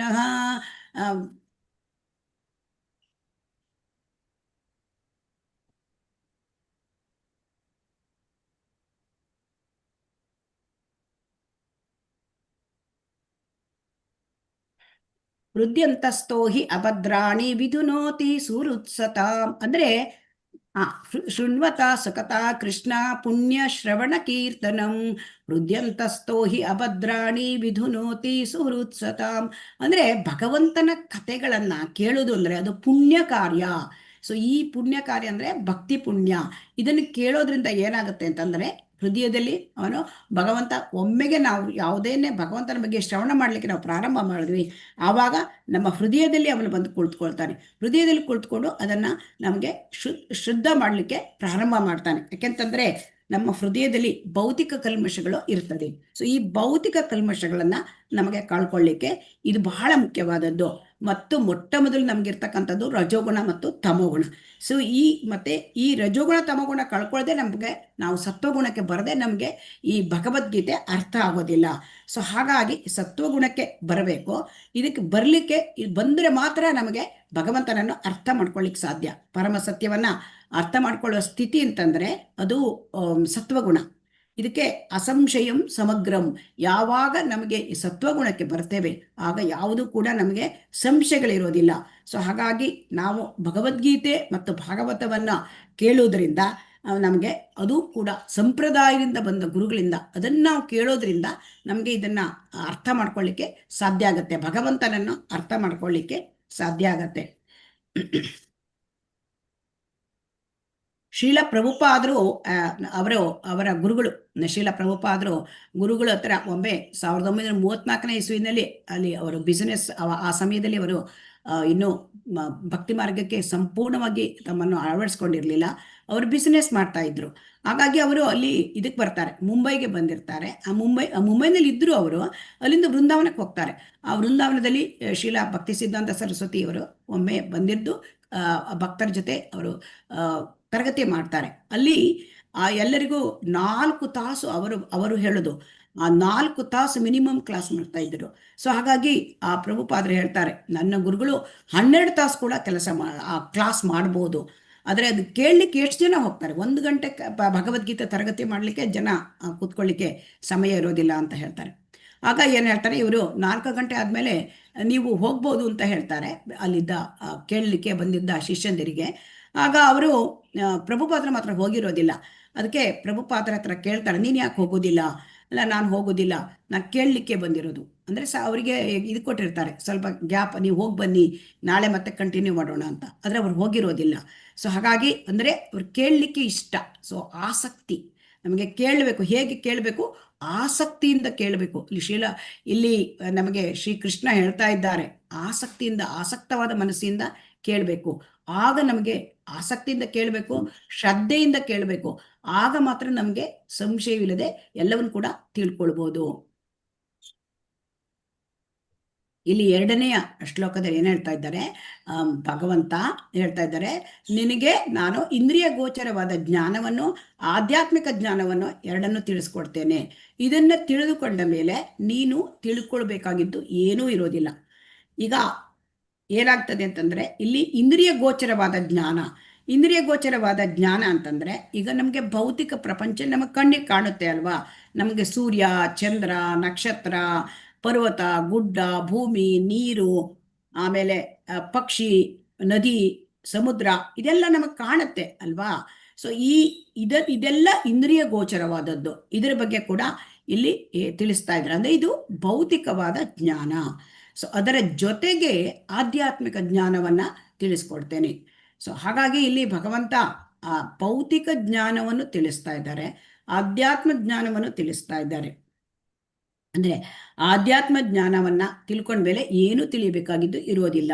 ಈಗ ನಾವು ಶಾಲಾ ಕಾಲೇಜಲ್ಲಿ ಕೂಡ ಜ್ಞಾನವನ್ನ ಪಡಿತಾ ಇದ್ದೇವೆ. ಈ ಜ್ಞಾನ ಏನು? ಹರೇ ಕೃಷ್ಣ. ಶಾಲಾ ಕಾಲೇಜುಗಳಲ್ಲಿ ನಮಗೆ ಪದವಿ ಮತ್ತೆ ಎಲ್ಲ ಡಿಗ್ರಿ ಎಲ್ಲ ಪಡ್ಕೊಳ್ತೇವೆ ಕಾಲೇಜಲ್ಲಿ. ಇದರಲ್ಲಿ ಯಾವ ಜ್ಞಾನ ಇದು? ಹರೇ ಕೃಷ್ಣ, ಯಾರಾದ್ರೂ ಹೇಳ್ತೀರಾ? ಅಕಾಡೆಮಿಕ್ ಜ್ಞಾನ,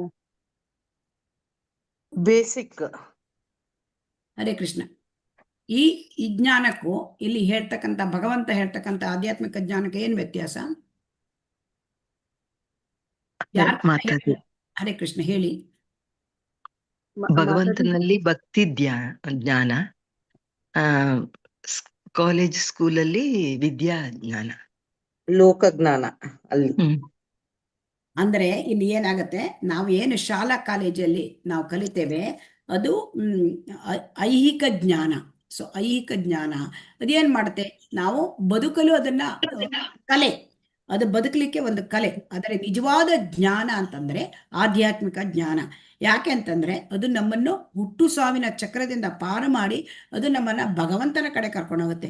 ಯಾಕೆಂದರೆ ನಾವು ಈ ಮನುಷ್ಯ ಜನ್ಮವನ್ನು ಪಡ್ಕೊಂಡಿರೋದ ಒಂದು ಉದ್ದೇಶವೇ ಅದು. ಸೊ ಆ ಉದ್ದೇಶವನ್ನು ನಾವು ಪೂರ್ತಿ ಮಾಡ್ಕೊಳ್ಬೇಕು ಅಂದರೆ ಆಧ್ಯಾತ್ಮಿಕ ಜ್ಞಾನವನ್ನು ನಾವು ತಿಳ್ಕೊಬೇಕು. ಸೊ ಎಲ್ಲ ಜ್ಞಾನದ ಮೂಲ ಕೃಷ್ಣ. ಯಾಕೆಂತಂದರೆ ಈ ಜ್ಞಾನದ ಮೂಲ ಎಲ್ಲ ಒಂದು ಐಹಿಕ ಜ್ಞಾನ ಇರಲಿ ಅಥವಾ ಆಧ್ಯಾತ್ಮಿಕ ಜ್ಞಾನ ಇರಲಿ, ಇದು ಎಲ್ಲದರ ಮೂಲ ಎಲ್ಲಿಂದ ಬರುತ್ತೆ? ಕೃಷ್ಣನಿಂದ ಬರುತ್ತೆ. ಸೊ ಅವನ ಜ್ಞಾನದ ಮೂಲ ಕೃಷ್ಣ, ಜ್ಞಾನದ ಗುರಿ ಕೃಷ್ಣ. ಆದ್ದರಿಂದ ಸರ್ವ ಕಾರಣ ಎಲ್ಲದರ ಕಾರಣ ಕೃಷ್ಣ. ಈಶ್ವರ ಪರಮಃ ಕೃಷ್ಣ ಸಚ್ಚಿದಾನಂದ ವಿಗ್ರಹ ಅನಾದಿರಾದಿರ್ ಗೋವಿಂದ ಸರ್ವ ಕಾರಣ. ಸೊ ಹಾಗಾಗಿ ಕೃಷ್ಣನ ಬಗ್ಗೆ ಸಂಪೂರ್ಣವಾಗಿ ತಿಳ್ಕೊಳ್ಳಿಕ್ಕೆ ಯಾರಿಗೂ ಕೂಡ ಸಾಧ್ಯ ಇಲ್ಲ. ಸ್ವಲ್ಪ ಅಂದರೆ ನಾವು ಭಕ್ತಿಯೋಗ ಮಾಡಿದ್ರೆ ಸ್ವಲ್ಪ ತಿಳ್ಕೊಳ್ಬೋದು, ಆದರೆ ಎಲ್ಲರಿಗೂ ಕೂಡ ತಿಳ್ಕೊಳ್ಳಿಕ್ಕೆ ಸಾಧ್ಯ ಇಲ್ಲ. ಯಾಕೆ ಅಂತ ನೋಡೋಣ ಮುಂದೆ. ಏಕೆ ಅನೇಕ ಜನರು ಕೃಷ್ಣ ಪ್ರಜ್ಞೆ ತೆಗೆದುಕೊಳ್ಳಲು ಸಾಧ್ಯವಿಲ್ಲ? ಹರೇ ಕೃಷ್ಣ. ಯಾರಾದರೂ ಉತ್ತರ ಹೇಳ್ತೀರಾ? ಏನ್ ಹೇಳಿದ್ದು ಮಾತಾಜಿ?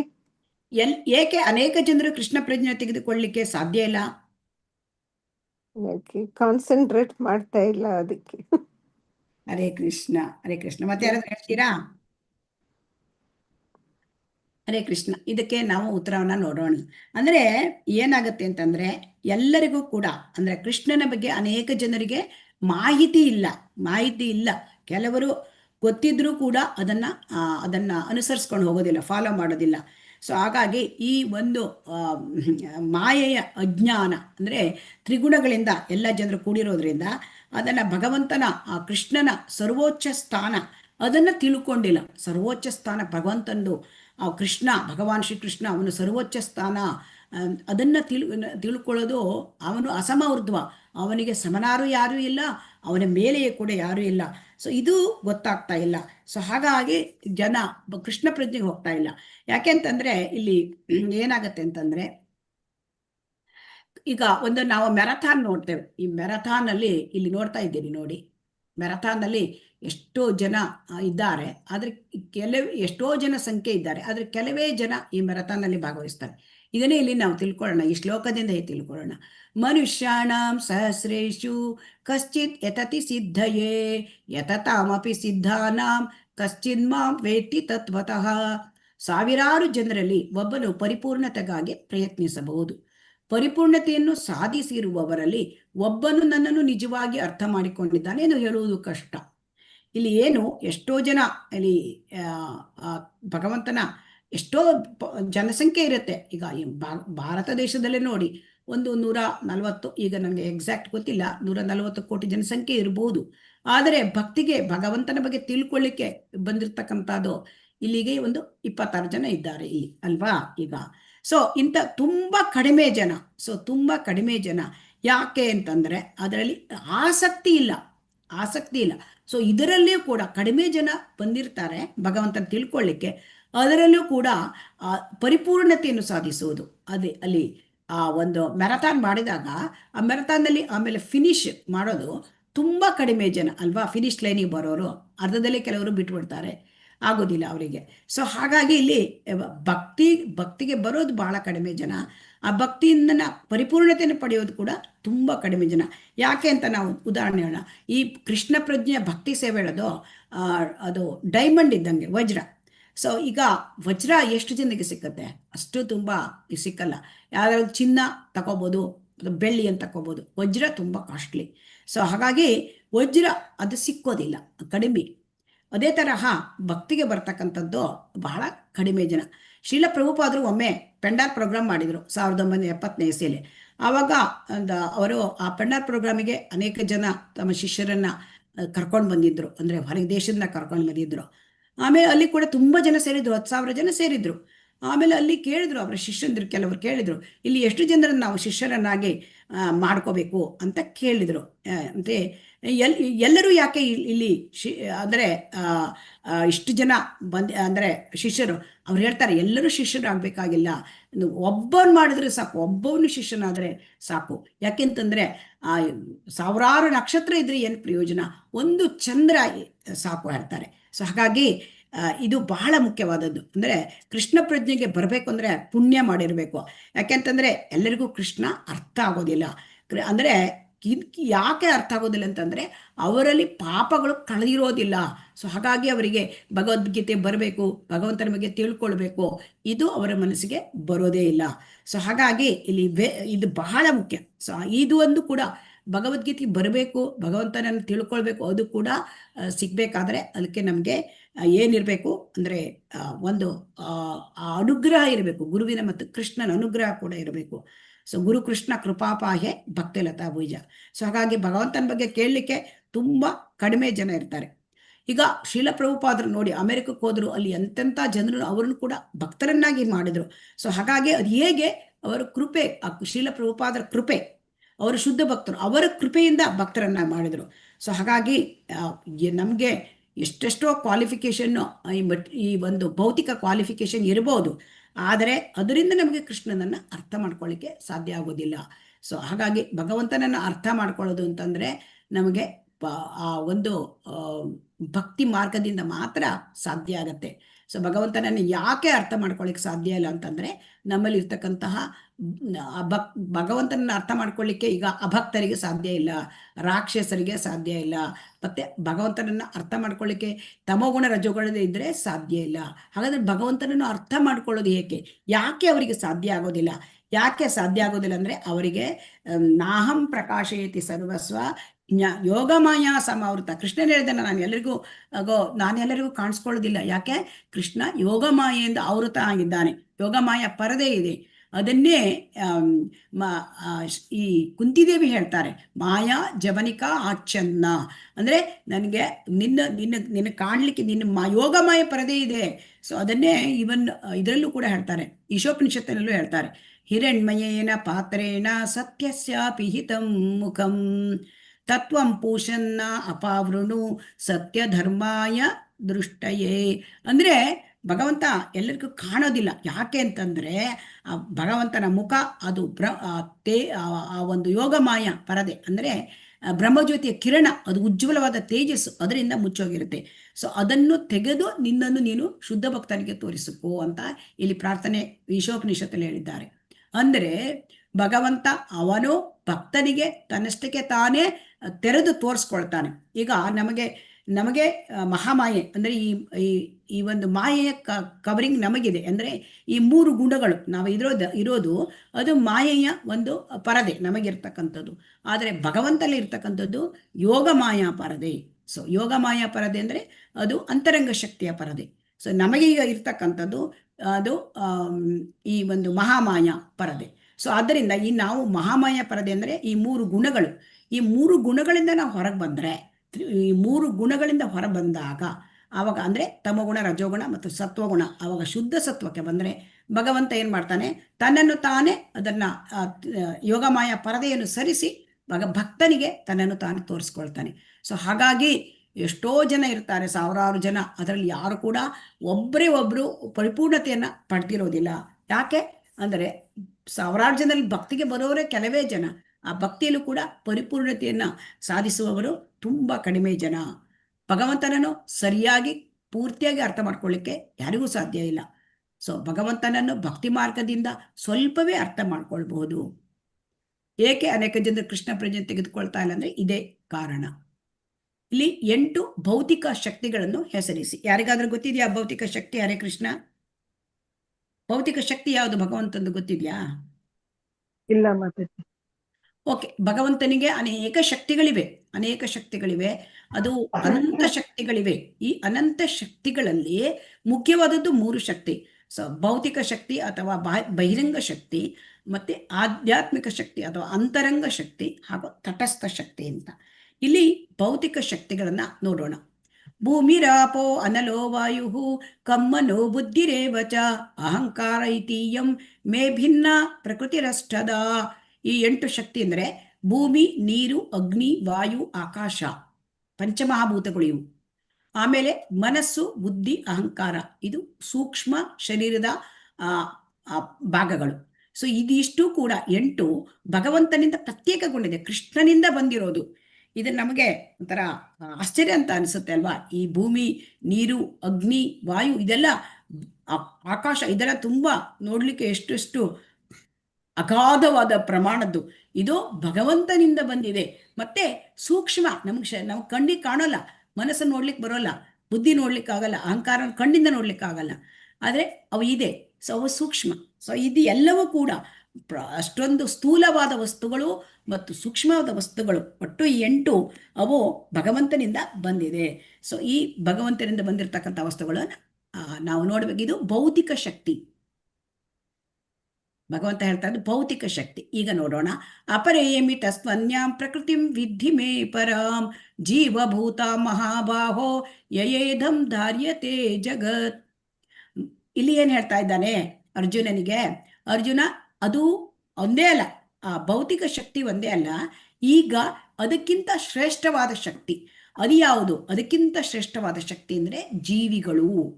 ಸೊ ಜೀವಿಗಳು ಅಂದರೆ ನಾವೆಲ್ಲ ಇದ್ದೇವಲ್ವಾ, ಜೀವಿಗಳು. ಅದರಲ್ಲಿ ಪ್ರಾಣಿಗಳು, ಪಕ್ಷಿಗಳು, ಮನುಷ್ಯರು, ದೇವತೆಗಳು, ಗಿಡಮರಗಳು, ಎಲ್ಲದರಲ್ಲೂ ಕೂಡ ಆತ್ಮ ಇದ್ದಾನೆ. ಸೊ ಆತ್ಮ ಇದ್ದಾರೆ. ಸೊ ಈ ಆತ್ಮ ಅಂತಂದ್ರೆ ಭಗವಂತನ ಒಂದು ಅಂಶ.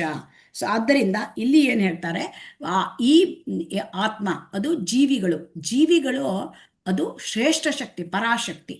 ಈಗ ನಾವು ಹಿಂದೆ ನೋಡಿದ್ದು ಅಪರಾಶಕ್ತಿ. ಈ 8 ಭೌತಿಕ ಶಕ್ತಿಗಳು ಕೀಳು ಮಟ್ಟದ ಶಕ್ತಿ. ಇದು ಪರಾಶಕ್ತಿ ಅಂದ್ರೆ ಜೀವಿಗಳು ಅವು ಪರಾಶಕ್ತಿ. ಸೊ ಈ ಪರಾಶಕ್ತಿಗೆ ನೋಡಿ, ಈ ಪರಾಶಕ್ತಿಯಲ್ಲಿ ನಾವು ನೋಡ್ತಾ ಇದ್ದೇವೆ ಎಲ್ಲರಲ್ಲೂ ಕೂಡ ಆತ್ಮ ಇದೆ ಅಲ್ವಾ? ಆ ಆತ್ಮ 1 ಡಿವೈಡೆಡ್ ಬೈ 10,000, 10,000ದ ಒಂದು ಭಾಗ ಅದು ಕೂದಲಿನ ತುದಿ ಅಷ್ಟು ಈ ಎಲ್ಲ ಜೀವಿಗಳಲ್ಲಿ ಇರ್ತಕ್ಕಂಥ ಆತ್ಮದ ಗಾತ್ರ. ಈ ಆತ್ಮಕ್ಕೆ ಹೊರಕವಚ ಇದೆ. ಸೊ ಸೂಕ್ಷ್ಮ ಶರೀರ ಮತ್ತು ಸ್ಥೂಲಕಾಯ ಇದು ಹೊರಕವಚ ಮಾಡುತ್ತೆ. ಅಂದ್ರೆ ಒಂದು ಮನಸ್ಸು, ಬುದ್ಧಿ, ಅಹಂಕಾರ ಸೂಕ್ಷ್ಮ ಕವಚ, ಆಮೇಲೆ ಇದು ಸ್ಥೂಲಕಾಯ, ಈ ಭೂಮಿ, ನೀರು, ಅಗ್ನಿ, ವಾಯು, ಆಕಾಶ. ಸೊ ಹಾಗಾಗಿ ಈ ಎಲ್ಲ ಜೀವಿಗಳಿಗೆ ಹೊರಗಡೆ ಕಾಣ್ತಕ್ಕಂಥ ಶರೀರ ಅದು ಭೌತಿಕ ಶಕ್ತಿಯಿಂದ ಬಂದಿದೆ. ಆದರೆ ಜೀವಿ ಒಳಗಡೆ ಇರ್ತಕ್ಕಂಥದ್ದು ಅದು ಶ್ರೇಷ್ಠ ಶಕ್ತಿ.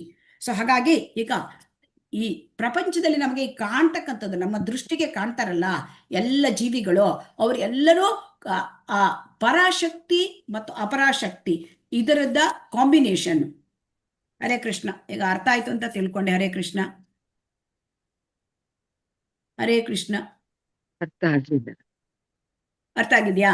ಸೊ ಈಗ ನಾವು ಏನು ಕಣ್ಣಿಗೆ ನೋಡ್ತೇವಾ ಅವೆಲ್ಲವೂ ಪರಾಶಕ್ತಿ ಮತ್ತು ಅಪರಾಶಕ್ತಿ.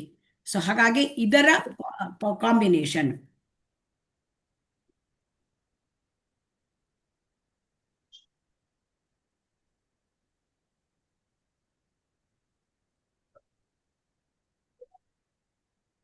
ಈಗ ನೋಡೋಣ 7.6 ಏನ್ ಮಾಡ್ತಾ ಇದ್ದಾರೆ, ಏನ್ ಹೇಳ್ತಾ ಇದ್ದಾರೆ. ಏತದ್ ಯೋನೀನಿ ಭೂತಾನಿ ಸರ್ವಾಣಿ ಇತಿ ಉಪಧಾರಯ ಅಹಂ ಕೃಷ್ಣಸ್ಯ ಜಗತಃ ಪ್ರಭವಃ ಪ್ರಲಯಸ್ತಥಾ. ಈ ಸೃಷ್ಟಿಯಾದ ಎಲ್ಲ ಜೀವಿಗಳಿಗೂ ಈ 2 ಪ್ರಕೃತಿಗಳೇ ಮೂಲ. ಈ ಜಗತ್ತಿನಲ್ಲಿ ಭೌತಿಕವಾದ, ಆಧ್ಯಾತ್ಮಿಕವಾದ ಎಲ್ಲದರ ಮೂಲವೂ ಅಂತ್ಯವೂ ನಾನೇ ಎಂದು ತಿಳಿದುಕೋ. ಸೊ ಮೂಲವೂ ನಾನೇ, ಅಂತ್ಯವೂ ನಾನೇ ಅಂತ ಇಲ್ಲಿ ಭಗವಂತ ಹೇಳ್ತಾ ಇದ್ದಾನೆ. ಸೊ ಹಾಗಾಗಿ ಇಲ್ಲಿ ನಾವು ಅರ್ಥ ಮಾಡ್ಕೊಂಡ್ವಿ, ಸೃಷ್ಟಿಯಾದ ಎಲ್ಲ ಜೀವಿಗಳಿಗೂ ಒಂದು ಈ ಶಕ್ತಿಗಳೇ ಕಾರಣ. ಬಾಹ್ಯ ಶಕ್ತಿ, ಅದರದ ಕವಚ ಅಂದ್ರೆ ಶರೀರ, ಆಮೇಲೆ ಒಂದು ಈ ಜೀವಾತ್ಮ ಶ್ರೇಷ್ಠ ಶಕ್ತಿ ಅದು ಜೀವಿಗಳು ಇದಿದೆ ಅಂತ ತಿಳಿಸ್ತಾ ಇದ್ದಾನೆ ಭಗವಂತ. ಹಾಗಾಗಿ ಈ ಭೌತಿಕ ಪ್ರಪಂಚದಲ್ಲಿ ಅವನು ಸೃಷ್ಟಿಕರ್ತನೂ ಅವನೇ, ಪ್ರಳಯಕರ್ತನೂ ಕೂಡ ಅವನೇ. ಈ ಜೀವಿಗಳು ಏನ್ ಮಾಡ್ತಾರೆ, ಅವರು ಅಹಂಕಾರದಿಂದ ಈ ಐಕ ಶಕ್ತಿಯ ಮೇಲೆ ಒಡೆತನ ಮಾಡ್ತಾರೆ. ಜೀವಿಗಳಿಗೆ ಏನಾಗುತ್ತೆ, ಇಲ್ಲಿ ನೋಡಿ, ಜೀವಿಗಳು ಬಂದಿದ್ದಾರೆ ಭಗವಂತನ ಪರಾಶಕ್ತಿಯಿಂದ, ಆದರೆ ಅಹಂಕಾರ ಬಂದಿರ್ತದೆ. ಅಹಂಕಾರ ಜೀವಿಗಳಿಗೆ ಅಂದ್ರೆ ಮಿಥ್ಯಾ ಅಹಂಕಾರ ಅಂತ ಹೇಳ್ತೇವೆ. ಅಂದ್ರೆ ನಾನೊಂದು ಅನ್ನೋದು, ಈ ಮಿಥ್ಯಾ ಅಹಂಕಾರದಿಂದ ಇಲ್ಲಿ ಒಡೆತನ, ಈ ಪ್ರಕೃತಿಯ ಮೇಲೆ ಒಡೆತನ ಮಾಡಲಿಕ್ಕೆ ಅವರು ಪ್ರಾರಂಭ ಮಾಡ್ತಾರೆ. ಆಮೇಲೆ 7.6 ಏನ್ ಹೇಳ್ತಾರೆ ನೋಡೋಣ. ತುಂಬಾ ಚೆನ್ನಾಗಿದೆ ಈ ಶ್ಲೋಕ. ಮತ್ತಃ ಪರತರಂ ನಾಣ್ಯತ್ ಕಿಂಚಿದಸ್ತಿ ಧನಂಜಯ ಮಯಿ ಸರ್ವಮಿದಂ ಪ್ರೋತಂ ಸೂತ್ರೇ ಮಣಿಗಣ ಇವ. ಧನಂಜಯ, ನನಗಿಂತ ಶ್ರೇಷ್ಠವಾದ ಸತ್ಯವಿಲ್ಲ. ಮಣಿಗಳನ್ನು ದಾರದಲ್ಲಿ ಪೋಣಿಸಿದ ಹಾಗೆ ಎಲ್ಲವೂ ನನ್ನನ್ನೇ ಅವಲಂಬಿಸಿದೆ. ಈಗ ನಾವು ಈ ಒಂದು ಮಣಿ ಸರ ನೋಡ್ತೇವೆ, ಅದರಲ್ಲಿ ದಾರ ಕಾಣೋದಿಲ್ಲ, ಬರೇ ಹೊರಗೆ ಮಣಿ ಕಾಣುತ್ತೆ ಅಷ್ಟೇ. ಅದೇ ತರಹ ದಾರ ಇಲ್ಲದಿದ್ದರೆ ಆ ಮಣಿಗಳು ಹಾರವಾಗಿ ಉಳಿಯುತ್ತಾ? ಈ ದಾರವನ್ನು ತೆಗೆದುಬಿಟ್ರೆ ಮಣಿ ಏನಾಗುತ್ತೆ? ಚೆಲ್ಲಾಪಿಲ್ಲಿ ಆಗುತ್ತೆ ಅಲ್ವಾ? ದಾರ ಇಲ್ಲದಿದ್ರೆ ಮಣಿ ಕಾಣೋದಿಲ್ಲ, ಆ ಮಣಿಗಳು ಸರವಾಗಿ ಉಳಿಯೋದಿಲ್ಲ. ಅದೇ ತರಹ ಈ ಸೃಷ್ಟಿಯಲ್ಲಿ ಇರತಕ್ಕಂತಹ ಎಲ್ಲವೂ ಕೂಡ ಭಗವಂತನ ಮೇಲೆ ಅವಲಂಬಿತವಾಗಿದೆ. ಭಗವಂತನ ಮೇಲೆ ಅವಲಂಬಿತ. ಸೃಷ್ಟಿ ಮಾಡೋದು ಅವನೇ, ಅದನ್ನ ಸೃಷ್ಟಿಯನ್ನ ಅದನ್ನ ನಡ್ಸ್ಕೊಂಡು ಬರೋದು, ಮೇಂಟೆನೆನ್ಸು ಅವನೇ, ಮತ್ತೆ ಪ್ರಳಯ ಮಾಡೋನು ಅವನೇ. ಸೊ ಹಾಗಾಗಿ ಅಲ್ಲಿ ಇದನ್ನ ನಾವು ಹೇಗೆ ಅರ್ಥ ಮಾಡೋದು? ಈ ಸೃಷ್ಟಿಯಲ್ಲಿ ಪ್ರತಿಯೊಂದರಲ್ಲೂ ಭಗವಂತನ ಒಂದು ಕೈವಾಡ ಇರುತ್ತೆ, ಈ ಒಂದು ಮೇಂಟೆನೆನ್ಸ್ ಅಲ್ಲೂ ಕೂಡ. ಹೇಗೆ ಅಂತ ನೋಡೋಣ. ಅಂದ್ರೆ ಇದು ನಮಗೆ ಕಣ್ಣಿಗೆ ಕಾಣಿಸೋದೇ ಇಲ್ಲ, ಭಗವಂತನ ಸರ್ವೋಚ್ಚ ಸ್ಥಾನ. ಆದರೆ ನಾವು ನೋಡ್ತೇವೆ, ಹೇಗೆ ಕೇಳಿದರೆ, ಈಗ ನೋಡಿ, ಬೆಳಗಾಗತ್ತೆ, ಆಮೇಲೆ ತನಿತಾನೆ ಮಧ್ಯಾಹ್ನ ಹಗಲಾಗತ್ತೆ, ಆಮೇಲೆ ಸಂಜೆಯಾಗಿ ರಾತ್ರಿ ಆಗತ್ತೆ. ಈ ಥರ ಋತುಮಾನಗಳು ಬದಲಾಗುತ್ತೆ. ಚಳಿಗಾಲ, ಮಳೆಗಾಲ, ಬೇಸಿಗೆ ಕಾಲ ತನ್ನಷ್ಟಕ್ಕೆ ತಾನು ಆದಂಗೆ ಕಾಣುತ್ತೆ ನಮಗೆ ಅಲ್ವಾ? ಆಮೇಲೆ ಇದೇ ತರಹ ನಮಗೆ ಇದರ ಹಿಂದೆ ಈ ಥರ ಹೇಗಾಗತ್ತೆ ಇದೆಲ್ಲ, ಇದನ್ನ ವಿಚಾರ ಮಾಡಿದ್ರೆ, ಒಬ್ಬ ಜೀವಿ ವಿಚಾರ ಮಾಡಿದ್ರೆ, ಮನುಷ್ಯ ನಮ್ಗೆ ಏನೋ ಒಂದು ಮೇಲ್ಗಡೆ ಒಂದು ಶಕ್ತಿ ಇದೆ ಅಂತ ಅನಿಸುತ್ತೆ ಅಲ್ವಾ? ಹರೇ ಕೃಷ್ಣ, ಇದನ್ನೆಲ್ಲ ಕಾಪಾಡ್ತಾ ಇದೆ ಅಂತ ಅನಿಸುತ್ತೆ ಅಲ್ವಾ? ಹೌದು ಮಾತಾಜಿ. ಅದೇ ಶಕ್ತಿ ಹಿಂದೆ ಶಕ್ತಿಮಾನ್ ಇದ್ದಾನೆ. ಅಂದ್ರೆ ಶಕ್ತಿಮಾನ್ ಇದ್ದಾನೆ. ಇದು ಶಕ್ತಿಯ ಹಿಂದೆ ಜನ ಅಂತ ತಿಳ್ಕೊತಾರೆ ಶಕ್ತಿ ಅಂತ. ಆದರೆ ಶಕ್ತಿಯ ಹಿಂದೆ ಶಕ್ತಿಮಾನ್ ಇದ್ದಾನೆ. ಆ ಶಕ್ತಿಮಾನೇ ಭಗವಂತ ಕೃಷ್ಣ. ಸೊ ಅದರಿಂದ ಎಲ್ಲ ಪ್ರಪಂಚವನ್ನ ಸೂತ್ರಧಾರಿ ಅವನು. ಅದಕ್ಕೆ ಹೇಳ್ತಾರೆ, ಈ ಮಣಿ ಒಳಗೆ ದಾರ ಇದೆಯಲ್ಲ, ಹಾಗೆ ಎಲ್ಲವನ್ನು ಕೂಡ ಅವನು ನೋಡ್ಕೊಂಡು ಹೋಗ್ತಾನೆ. ಸೊ ಹಾಗಾಗಿ ಒಮ್ಮೆ ನಾವು ನೋಡ್ತೇವೆ, ಯಾಕೆಂದ್ರೆ ಇನ್ನೊಂದು ಉದಾಹರಣೆನ ಕೂಡ ನಾವು ನೋಡ್ಬೋದು. ಒಂದು ಆಟೋಮೆಟಿಕ್ ಕಾರುಗಳಲ್ಲಿ ಬಂದಿದೆ ಈಗ. ಆಟೋಮೆಟಿಕ್ ಕಾರ್ ಅಂತಂದ್ರೆ ಆ ಕಾರಿನಲ್ಲಿ ಡ್ರೈವರ್ ಕಾಣೋದಿಲ್ಲ, ಅದ್ರ ಕಾರು ಚಲಾವಣೆ ಆಗುತ್ತೆ. ಕಾರ್ ಚಲಾವಣೆ ಎಲ್ಲಿ ಬೇಕಾದ್ರೂ ಅಲ್ಲಿ ಕರ್ಕೊಂಡು ಹೋಗುತ್ತೆ. ಇದು ಹೇಗೆ ಸಾಧ್ಯ ಅಂದ್ರೆ ಅಲ್ಲಿ ಪ್ರೋಗ್ರಾಮ್ ಮಾಡಿರ್ತಾರೆ, ಆ ಪ್ರೋಗ್ರಾಮ್ ಒಳಗಿರ್ತದೆ. ಅದೇ ತರಹ ಭಗವಂತ ಪ್ರೋಗ್ರಾಮ್ ಮಾಡಿರೋದ್ರಿಂದ ಅಲ್ಲಿ ಡ್ರೈವರು ಬೇಕಾಗುದಿಲ್ಲ, ಡ್ರೈವರ್ ತನಿಂತಾನೆ ಅದನ್ನು ಇಟ್ಕೊಂಡು ಹೋಗುತ್ತೆ ಆ ಪ್ರೋಗ್ರಾಮ್ ಪ್ರಕಾರ. ಅದೇ ತರಹ ಭಗವಂತ ಈ ಸೃಷ್ಟಿಯನ್ನ ಮತ್ತೆ ಈ ಜಗತ್ತನ್ನ, ಸೃಷ್ಟಿ ಸ್ಥಿತಿ ಲಯ, ಇದನ್ನ ತುಂಬಾ ಪರ್ಫೆಕ್ಟ್ ಆಗಿ ಭಗವಂತನಂತ ಪರ್ಫೆಕ್ಟ್ ಪ್ರೋಗ್ರಾಮಿಂಗ್ ಮಾಡೋರು, ಪರ್ಫೆಕ್ಟ್ ಇಂಜಿನಿಯರ್ ಯಾರೂ ಇಲ್ಲ. ಭಗವಂತ ಅಷ್ಟು ಪರ್ಫೆಕ್ಟ್. ಸೊ ಭಗವಂತ ಪರಿಪೂರ್ಣ ಮತ್ತು ಸಂಪೂರ್ಣ. ಸೊ ಅವನು ಮಾಡ್ತಕ್ಕಂಥ ಪರಿಪೂರ್ಣತೆ, ಪರ್ಫೆಕ್ಷನ್. ಸೊ ಅದು ಭಗವಂತನಲ್ಲಿದೆ. ಅದರಿಂದ ನಮ್ಮ ಕಣ್ಣಿಗೆ ಕಾಣೋದಿಲ್ಲ. ಈಗ ನೋಡಿ, ನಾವು ನೋಡಿದ್ರೆ ಮಾಲ್ಗಳಲ್ಲೆಲ್ಲ ನೋಡಿದರೆ ಆಟೋಮೆಟಿಕ್ ಡೋರ್ ಇರ್ತದೆ. ನಾವು ಹತ್ತತ್ರ ಹೋಗ್ತಿದ್ದಂಗೆ ಡೋರ್ ಓಪನ್ ಆಗ್ಬಿಡುತ್ತೆ. ಚಿಕ್ಕ ಮಕ್ಕಳು ಹೋದ್ರೆ ಇದು ಹೇಗೆ ತನಿಂತಾನೆ ಓಪನ್ ಆಗುತ್ತೆ? ವಿಸ್ಮಯ ಆಗುತ್ತೆ ಅಲ್ಲ ಮೊದಲು ನೋಡಿದಾಗ. ಮಕ್ಕಳಿಗಂತೂ ವಿಸ್ಮಯ ಆಗುತ್ತೆ ಮೊದಲು ನೋಡಿದಾಗ. ನಮಗೆ ಈಗ ಸ್ವಲ್ಪ ತಿಳಿಯುತ್ತೆ, ಓಹೋ ಒಳಗಡೆ ಇವ್ರದ್ದೇನೋ ಅರೇಂಜ್ಮೆಂಟ್ ಇದೆ ಅಂತ ತಿಳ್ಕೊಳ್ತೇವೆ, ಮತ್ತೆ ಹೋಗ್ತೇವೆ. ಆದರೆ ಅದ್ರ ಹಿಂದೆ ಇರ್ತಕ್ಕಂಥದ್ದು ಒಂದು ಕಂಪ್ಯೂಟರ್ ಚಿಪ್ಸ್ ಏನೋ ಒಂದು ಹಾಕಿರ್ತಾರೆ, ಅದನ್ನ ನಮಗೆ ಐಡೆಂಟಿಫೈ ಮಾಡುತ್ತೆ, ಮನುಷ್ಯರನ್ನ ಒಳಗೆ ಬರ್ತಾರೆ ಅಂತ. ತನಿತಾನೆ ಓಪನ್ ಆಗುತ್ತೆ, ಮತ್ತೆ ಇಷ್ಟು ಸಮಯ ಆದ್ಮೇಲೆ ತನಿತಾನೆ ಕ್ಲೋಸ್ ಆಗ್ಬಿಡುತ್ತೆ ಅಲ್ವಾ? ಭಗವಂತ ಈ ಭೌತಿಕ ಜಗತ್ತನ್ನೆಲ್ಲ ಪ್ರೋಗ್ರಾಮ್ ಮಾಡಿರ್ತಾರೆ. ಯಾವ ರೀತಿ ಪ್ರೋಗ್ರಾಮ್ ಮಾಡ್ತಾರೆ? ಬೇಸಿಗೆ ಕಾಲ, ಮಳೆಗಾಲ, ಚಳಿಗಾಲ, ಹಗಲು, ರಾತ್ರಿ. ನೋಡಿ, ಗ್ರಹಗಳು ಎಷ್ಟೊಂದು ಗ್ರಹಗಳು ಈ ಭೌತಿಕ ಪ್ರಪಂಚದಲ್ಲಿ, ಎಷ್ಟೊಂದು ಸಾವಿರಾರು ಗ್ರಹಗಳು, ಒಂದೆರಡಲ್ಲ ಕೋಟ್ಯಾಂತರ. ಸೊ ಅವು ಎಲ್ಲ ಗ್ರಹಗಳು ತೇಲಾಡ್ತವೆ. ಅದು ಹೇಗೆ ತೇಲಾಡ್ತವೆ? ಮತ್ತೆ ಗ್ರಹಗಳು ಮತ್ತೆ ಸುತ್ತುತ್ತಾ ಇರ್ತವೆ ತಮ್ಮ ಪಥದಲ್ಲಿ. ಅವೇನಾದ್ರೂ ಒಮ್ಮೆ ಡಿಕ್ಕಿ ಹೊಡೆದಿರ್ತವ? ಇಲ್ಲ. ಅಷ್ಟು ಪರಿಪೂರ್ಣ ಪರ್ಫೆಕ್ಟ್ ಆಗಿ ಮಾಡ್ತಾರೆ.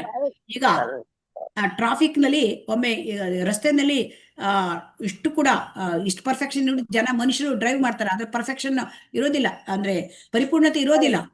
ಆಕ್ಸಿಡೆಂಟ್ ಆಗ್ಬಿಡ. ಹರೇ ಕೃಷ್ಣ. ಮಾತಾಜಿ ಮ್ಯೂಟ್ ಮಾಡಿ. ಹರೇ ಕೃಷ್ಣ. ಆಗ ಈ ಪರ್ಫೆಕ್ಷನ್ ಇರೋದಿಲ್ಲ. ಈಗ ಭಗವಂತನ ಸೃಷ್ಟಿ ಅಥವಾ ಅವನ ಮ್ಯಾನೇಜ್ಮೆಂಟ್, ಅದನ್ನ ನಡ್ಸ್ಕೊಂಡು ಹೋಗೋದು ಇಷ್ಟು ಕರಾರುವಾಕಾಗಿರ್ತದೆ. ಅಂದ್ರೆ ಸೊ ಒಂದು ದಿವಸ ನಮ್ಗೆ ಸೂರ್ಯ ಬರ್ಲಿಲ್ಲ ಅಂತಂದ್ರೆ ನಮ್ಮ ಜೀವನ ನಮ್ಗೆ ಊಹಿಸ್ಲಿಕ್ಕೆ ಆಗಲ್ಲ. ಆಗತ್ತಾ? ಒಂದ್ ದಿವಸ ಸೂರ್ಯ ಬೆಳಗ್ಗೆ ಆಗ್ಲಿಲ್ಲ, ಏನ್ ಮಾಡೋದು? ಆಗತ್ತಾ ನಮ್ ಗತಿ? ಆಮೇಲೆ ಒಂದು ದಿವಸ ಗಾಳಿ ಇಲ್ಲ ಅಂತ ವಿಚಾರ ಮಾಡಿ, ಗಾಳಿ ಇಲ್ಲದ್ರೆ ಆಗತ್ತಾ? ಇಲ್ಲ, ಮನುಷ್ಯ ಬದುಕೋದಿಲ್ಲ. ಅದಕ್ಕೆ ಹೇಳ್ತಾರೆ ಯಸ್ಯಾಜ್ಞೆಯ ಭ್ರಮತಿ ಯಸ್ಯಾಜ್ಞೆಯ ಭ್ರಮತಿ ಕಾಲಚಕ್ರೋ. ಕಾಲಚಕ್ರ ಎಲ್ಲ ಅವನ ಆಜ್ಞೆಯಿಂದ ತಿರುಗ್ತಾ ಇರುತ್ತೆ.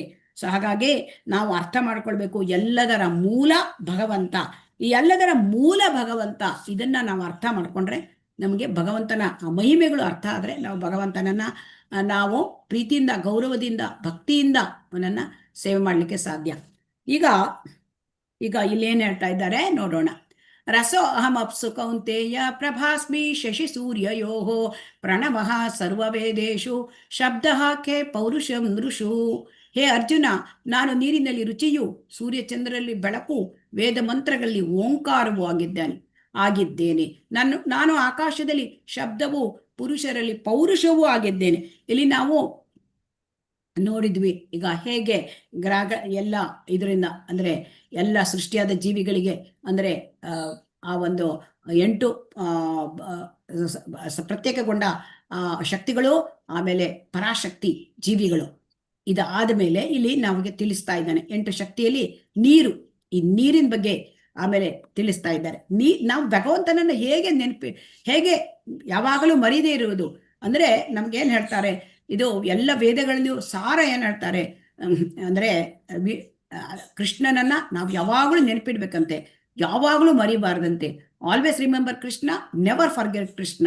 ಸೊ ಸ್ಮರ್ತವ್ಯಂ ಸತತಂ ವಿಷ್ಣು ವಿಸ್ಮರ್ತವ್ಯಂ ನದಜಾತು ಚಿತ್. ಅಂದ್ರೆ ಆ ಭಗವಂತನನ್ನ ನಾವು ನೆನಪು ಮಾಡ್ಕೋತಲೇ ಇರ್ಬೇಕಂತೆ ಯಾವಾಗ್ಲೂ ಸದಾಕಾಲವು. ಇದು ಹೇಗೆ ಸಾಧ್ಯ? ನಾವು ಭಗವದ್ಗೀತೆ ಕ್ಲಾಸಿಗೆ ಬಂದಾಗ ಸ್ವಲ್ಪ ಕೇಳ್ತೇವೆ, ಆಮೇಲೆ ಏನೋ ಸ್ವಲ್ಪ ನಾವು ಪ್ರಾರ್ಥನೆ ಮಾಡ್ತೇವೆ, ಮನೆಯಲ್ಲಿ ಜಪ ಮಾಡ್ತೇವೆ, ಅದಾದ್ಮೇಲೆ ನಾವು ಮರ್ತು ಬಿಡ್ತೇವೆ, ಬೇರೆ ನಮ್ಮ ಒಂದು ಐಹಿಕ ಕಾರ್ಯಗಳನ್ನ ನಾವು ತೊಡಗಿ ಬಿಡ್ತೇವೆ ಅಲ್ವಾ? ಹರೇ ಕೃಷ್ಣ ಅಲ್ವಾ? ಭಗವಂತನ ಹೇಗೆ ನೆನಪಿಟ್ಕೊಳ್ಳೋದು ಅಲ್ವಾ? ಅಲ್ಲಿ ಹೇಳ್ತಾ ಇದ್ದಾರೆ ನೀರು, ನಮಗೆ ನೀರು ನೋಡಿದ ಕೂಡಲೇ ಭಗವಂತನ ನೆನಪಾಗ್ಬೇಕು. ಯಾಕಂದ್ರೆ ನೀರಿನ ರುಚಿ ಭಗವಂತ ಕೃಷ್ಣ. ಸೊ ಈಗ ನೀರಿಗೆ ರುಚಿ ಇಲ್ಲದೆ ಇದ್ರೆ ಆ ನೀರನ್ನು ಕುಡಿಲಿಕ್ಕಾಗತ್ತಾ? ಇಲ್ಲ. ಸಮುದ್ರದ ನೀರು ಕುಡಿಲಿಕ್ಕಾಗತ್ತಾ? ಸಮುದ್ರದ ನೀರು ಉಪ್ಪು ಕುಡಿಲಿಕ್ಕಾಗಲ್ಲ. ಆಮೇಲೆ ಆ ಒಂದು ನಾವು ಇದನ್ನ ಮಾಡ್ತೇವೆ ಅಂದ್ರೆ ಬಟ್ಟಿ ಇಳಿಸಿದ ನೀರು, ಡಿಸ್ಟಿಲ್ಡ್ ವಾಟರ್, ಅದನ್ನ ನಾವು ಹೇಳ್ತೇವೆ, ಅದು ಕುಡಿಲಿಕ್ಕಾಗಲ್ಲ, ರುಚಿಯೇ ಇರೋದಿಲ್ಲ. ಸೊ ಹಾಗಾಗಿ ನೀರಿನ ರುಚಿ, ನಾವು ಸಾಧಾರಣ ನೀರನ್ನ ನಾವು ಕುಡಿತೇವೆ, ಆದರೆ ಅದು ರುಚಿ ಕೃಷ್ಣ. ಸೊ ಹಾಗಾಗಿ ಒಂದು ಲೋಟ ನೀರು ಕುಡಿಬೇಕಾದ್ರೆ ನಮ್ಮ ಭಗವಂತನ ನೆನಪಾಗಬೇಕು. ಸೊ ಆಮೇಲೆ ಸೂರ್ಯನ ಚಂದ್ರನ ನಾವು ದಿನಾ ಕಾಣ್ತೇವೆ, ಸೂರ್ಯನನ್ನ ಹಗಲ ಹೊತ್ತಲ್ಲಿ, ಚಂದ್ರನನ್ನ ರಾತ್ರಿಯಲ್ಲಿ ಕಾಣ್ತೇವೆ. ಆ ಸೂರ್ಯ ಚಂದ್ರನಿಗೆ ಬೆಳಕು ಎಲ್ಲಿಂದ ಬಂತು? ಹರೇ ಕೃಷ್ಣ, ಬೆಳಕು ಎಲ್ಲಿಂದ ಬಂತು? ಕೃಷ್ಣನಿಂದ. ಅದಕ್ಕೆ ನಮಗೆ ಸೂರ್ಯನ್ ಕಂಡ್ರೆ ಬೆಳಗಾಗಿ, ರಾತ್ರಿ ಚಂದ್ರನನ್ನು ಕಂಡ್ರೆ ನಮಗೆ ನೆನಪಾಗಬೇಕು, ಓಹೋ ಇದು ಕೃಷ್ಣನಿಂದ ಬಂದಿರೋದು. ಸೊ ಸೂರ್ಯ ಚಂದ್ರರ ಬೆಳಕು ಭಗವಂತ. ಸೊ ಆಕಾಶದಲ್ಲಿ ಏನಾಗುತ್ತೆ? ಶಬ್ದ. ಈಗ ನಮಗೆ ಶಬ್ದ, ಈಗ ನಾವು ಕೂಡ ಕ್ಲಾಸಲ್ಲಿ ಶಬ್ದ ಕೇಳ್ತಾ ಇದ್ದೇವೆ ಅಲ್ವಾ? ಇದು ಹೇಗೆ ನಿಮಗೆ ತಲುಪುತ್ತೆ? ಶಬ್ದ ತರಂಗಗಳ ಮೂಲಕ ತಲುಪುತ್ತೆ ಅಲ್ವಾ? ನಾವಿಲ್ಲಿ ಮಾತಾಡ್ತಿರೋದು, ಅಲ್ಲಿ ನಿಮಗೆ ಬೇರೆ ಕಡೆ ನೀವು ಕೂತಿರ್ತೀರಿ, ಹೇಗೆ ತಲುಪುತ್ತೆ? ಆಕಾಶದಲ್ಲಿ ಶಬ್ದ ತರಂಗ ಆಗಿ ನಿಮಗೆ ತಲುಪುತ್ತೆ. ಆ ತರಂಗ, ಶಬ್ದದ ತರಂಗ, ಅದು ಯಾರು?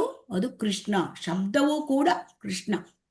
ಆಮೇಲೆ ಪುರುಷರ ಪೌರುಷ ಕೃಷ್ಣ. ಪುರುಷ ಏನ್ ಹೇಳ್ತಾನೆ? ಈ ಮನುಷ್ಯರು ಏನ್ ತಿಳಿತಾರೆ? ನಾನು ಎಲ್ಲ ಶಕ್ತಿ, ನನ್ಗೆ ಎಷ್ಟು ಶಕ್ತಿ ಇದೆ, ನಾನು ಎಲ್ಲ ಇದನ್ನ ನಾನೇ ಮಾಡಿದ್ದೇನೆ. ಆದ್ರೆ ಮಾಡ್ಲಿಕ್ಕೆ ಶಕ್ತಿ ಕೊಟ್ಟವ್ರು ಯಾರು? ಭಗವಂತ. ಸೊ ಹಾಗಾಗಿ ನಾವು ನೀರಿಲ್ದೆ ಬದುಕಲಿಕ್ಕೆ ಸಾಧ್ಯ ಇಲ್ಲ, ಆ ಒಂದು ಗಾಳಿ ಬೆಳಕು ಇಲ್ಲದೆ ಇರ್ಲಿಕ್ಕೆ ಸಾಧ್ಯ ಇಲ್ಲ. ಆಮೇಲೆ ನಾವು ಆ ಬೆಳಕು, ಸೂರ್ಯ ಇಲ್ಲದೆ ಬದುಕಲಿಕ್ಕೆ ಸಾಧ್ಯ ಇಲ್ಲ. ಚಂದ್ರ ಇಲ್ಲದೆ ನಮ್ಗೆ ತರಕಾರಿಗೆ ರುಚಿ ಬರೋದಿಲ್ಲ, ರಸ ಬರೋದಿಲ್ಲ. ಸೊ ಹಣ್ಣಿಗೆ, ತರಕಾರಿಗೆ, ಆಮೇಲೆ ತುಂಬಾ ಶೀತಲವಾದ ಕಿರಣ ಇರೋದಿಲ್ಲ. ಸೊ ಇದನ್ನೆಲ್ಲ ನಾವು ನೆನಪು ಮಾಡ್ಕೊಂಡಾಗ ನಮಗೆ ಭಗವಂತನ ನೆನಪಾಗಬೇಕು. ಸೊ ಹಾಗಾಗಿ ಇಲ್ಲಿ ಭಗವಂತ ನಮ್ಗೆ ಏನ್ ಹೇಳ್ತಾ ಇದ್ದಾರೆ? ನಮ್ಮ ಸುತ್ತಮುತ್ತ ಏನ್ ಕಾಣ್ತಾ ಇದೆ ಅದೆಲ್ಲ ಭಗವಂತನಿಂದ ಬಂದಿದ್ದು. ಅದನ್ನ ನೋಡಿದ ಕೂಡ ನಮ್ ಭಗವಂತನ ನೆನಪಾಗ್ಬೇಕು. ಈಗ ಮಳೆಗಾಲದಲ್ಲಿ ಒಂದು ಒಳ್ಳೆ ಭೂಮಿಯಿಂದ ಒಂದು ರೀತಿ ವಾಸನೆ ಬರುತ್ತೆ ಅಲ್ಲ, ಸುಗಂಧ, ಒಂದು ರೀತಿ ಒಳ್ಳೆ ಸ್ಮೆಲ್ ಬರುತ್ತೆ ಅಲ್ವಾ?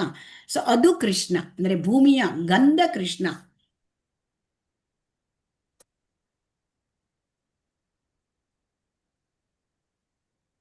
ಕೃಷ್ಣ ನೀರಿನ ರುಚಿಯ ಬಗ್ಗೆ ಏಕೆ ಮಾತನಾಡ್ತಾನೆ? ಇದನ್ನ ನಾವು ತಿಳ್ಕೊಂಡ್ವಿ. ನೀರಿನ ರುಚಿಯ ಬಗ್ಗೆ ಏಕೆ ಮಾತಾಡ್ತಾ ಇದ್ದಾನೆ? ನಮಗೆ ಆ ರುಚಿ ಕೃಷ್ಣ, ಅಂದ್ರೆ ಮೂಲ ತತ್ವ ಕೃಷ್ಣ. ಈಗ ಹೇಗೆ ತಿಳ್ಕೊಳ್ಳೋದು ಅಂತಂದ್ರೆ ನಮ್ಮ ಎಲ್ಲ ಅಸ್ತಿತ್ವದ ಮೂಲ ಕೃಷ್ಣ. ಯಾಕೆಂತಂದ್ರೆ ನಾವು ಬೀಜಗಳು, ಈ ಜೀವಿಗಳನ್ನೆಲ್ಲ ನಾವು ನೋಡಿದ್ವಿ. ಈಗ ಈ ಒಂದು ಇದರಲ್ಲಿ ಚಿತ್ರದಲ್ಲಿ ನಾವು ಜೀವಿಗಳನ್ನ ನೋಡಿದ್ವಿ ಅಲ್ವಾ. ಈ ಎಲ್ಲ ಜೀವಿಗಳಿಗೂ ಒಂದೊಂದು ಆತ್ಮ ಇದೆ. ಸೊ ಎಲ್ಲ ಪಶು ಪಕ್ಷಿ ಪ್ರಾಣಿ ಮತ್ತೆ ಗಿಡ ಮರ, ಸೊ ಇವುಗಳೆಲ್ಲರಿಗೂ ಮೂಲ ಬೀಜ ಕೃಷ್ಣ. ಸೊ ಈ ಮೂಲ ಬೀಜ ಕೃಷ್ಣ. ಎಲ್ಲ ಪಶುಗಳು ಪಕ್ಷಿಗಳು ಪ್ರಾಣಿಗಳಿಗೂ ಎಲ್ಲರಿಗೂ ಕೂಡ ಮೂಲ ಬೀಜ ಕೃಷ್ಣ. ಒಮ್ಮೊಮ್ಮೆ ನನಗೆ ಅನ್ಸುತ್ತೆ, ಅಂದ್ರೆ ಮೊಟ್ಟೆ ಮೊದಲು ಬಂತೋ ಕೋಳಿ ಮೊದಲು ಬಂತೋ ಈಗ ಅನ್ಸುತ್ತೆ ಅಲ್ವಾ. ಬೀಜ ಮೊದಲೋ ಮರ ಮೊದಲೋ ಇಂಥ ಪ್ರಶ್ನೆಗಳು ನಮಗೆ ಬರ್ತಾ ಇತ್ತು ಚಿಕ್ಕಂದಿನಿಂದಾಗ ಅಲ್ವಾ. ಶಾಲೆನಲ್ಲಿ ಹೋಗ್ತಾ ಇದ್ದಾಗ ಇಂಥ ಪ್ರಶ್ನೆಗಳು ಬರ್ತಿತ್ತಾ? ಹರೇ ಕೃಷ್ಣ ನಿಮ್ಗೆ.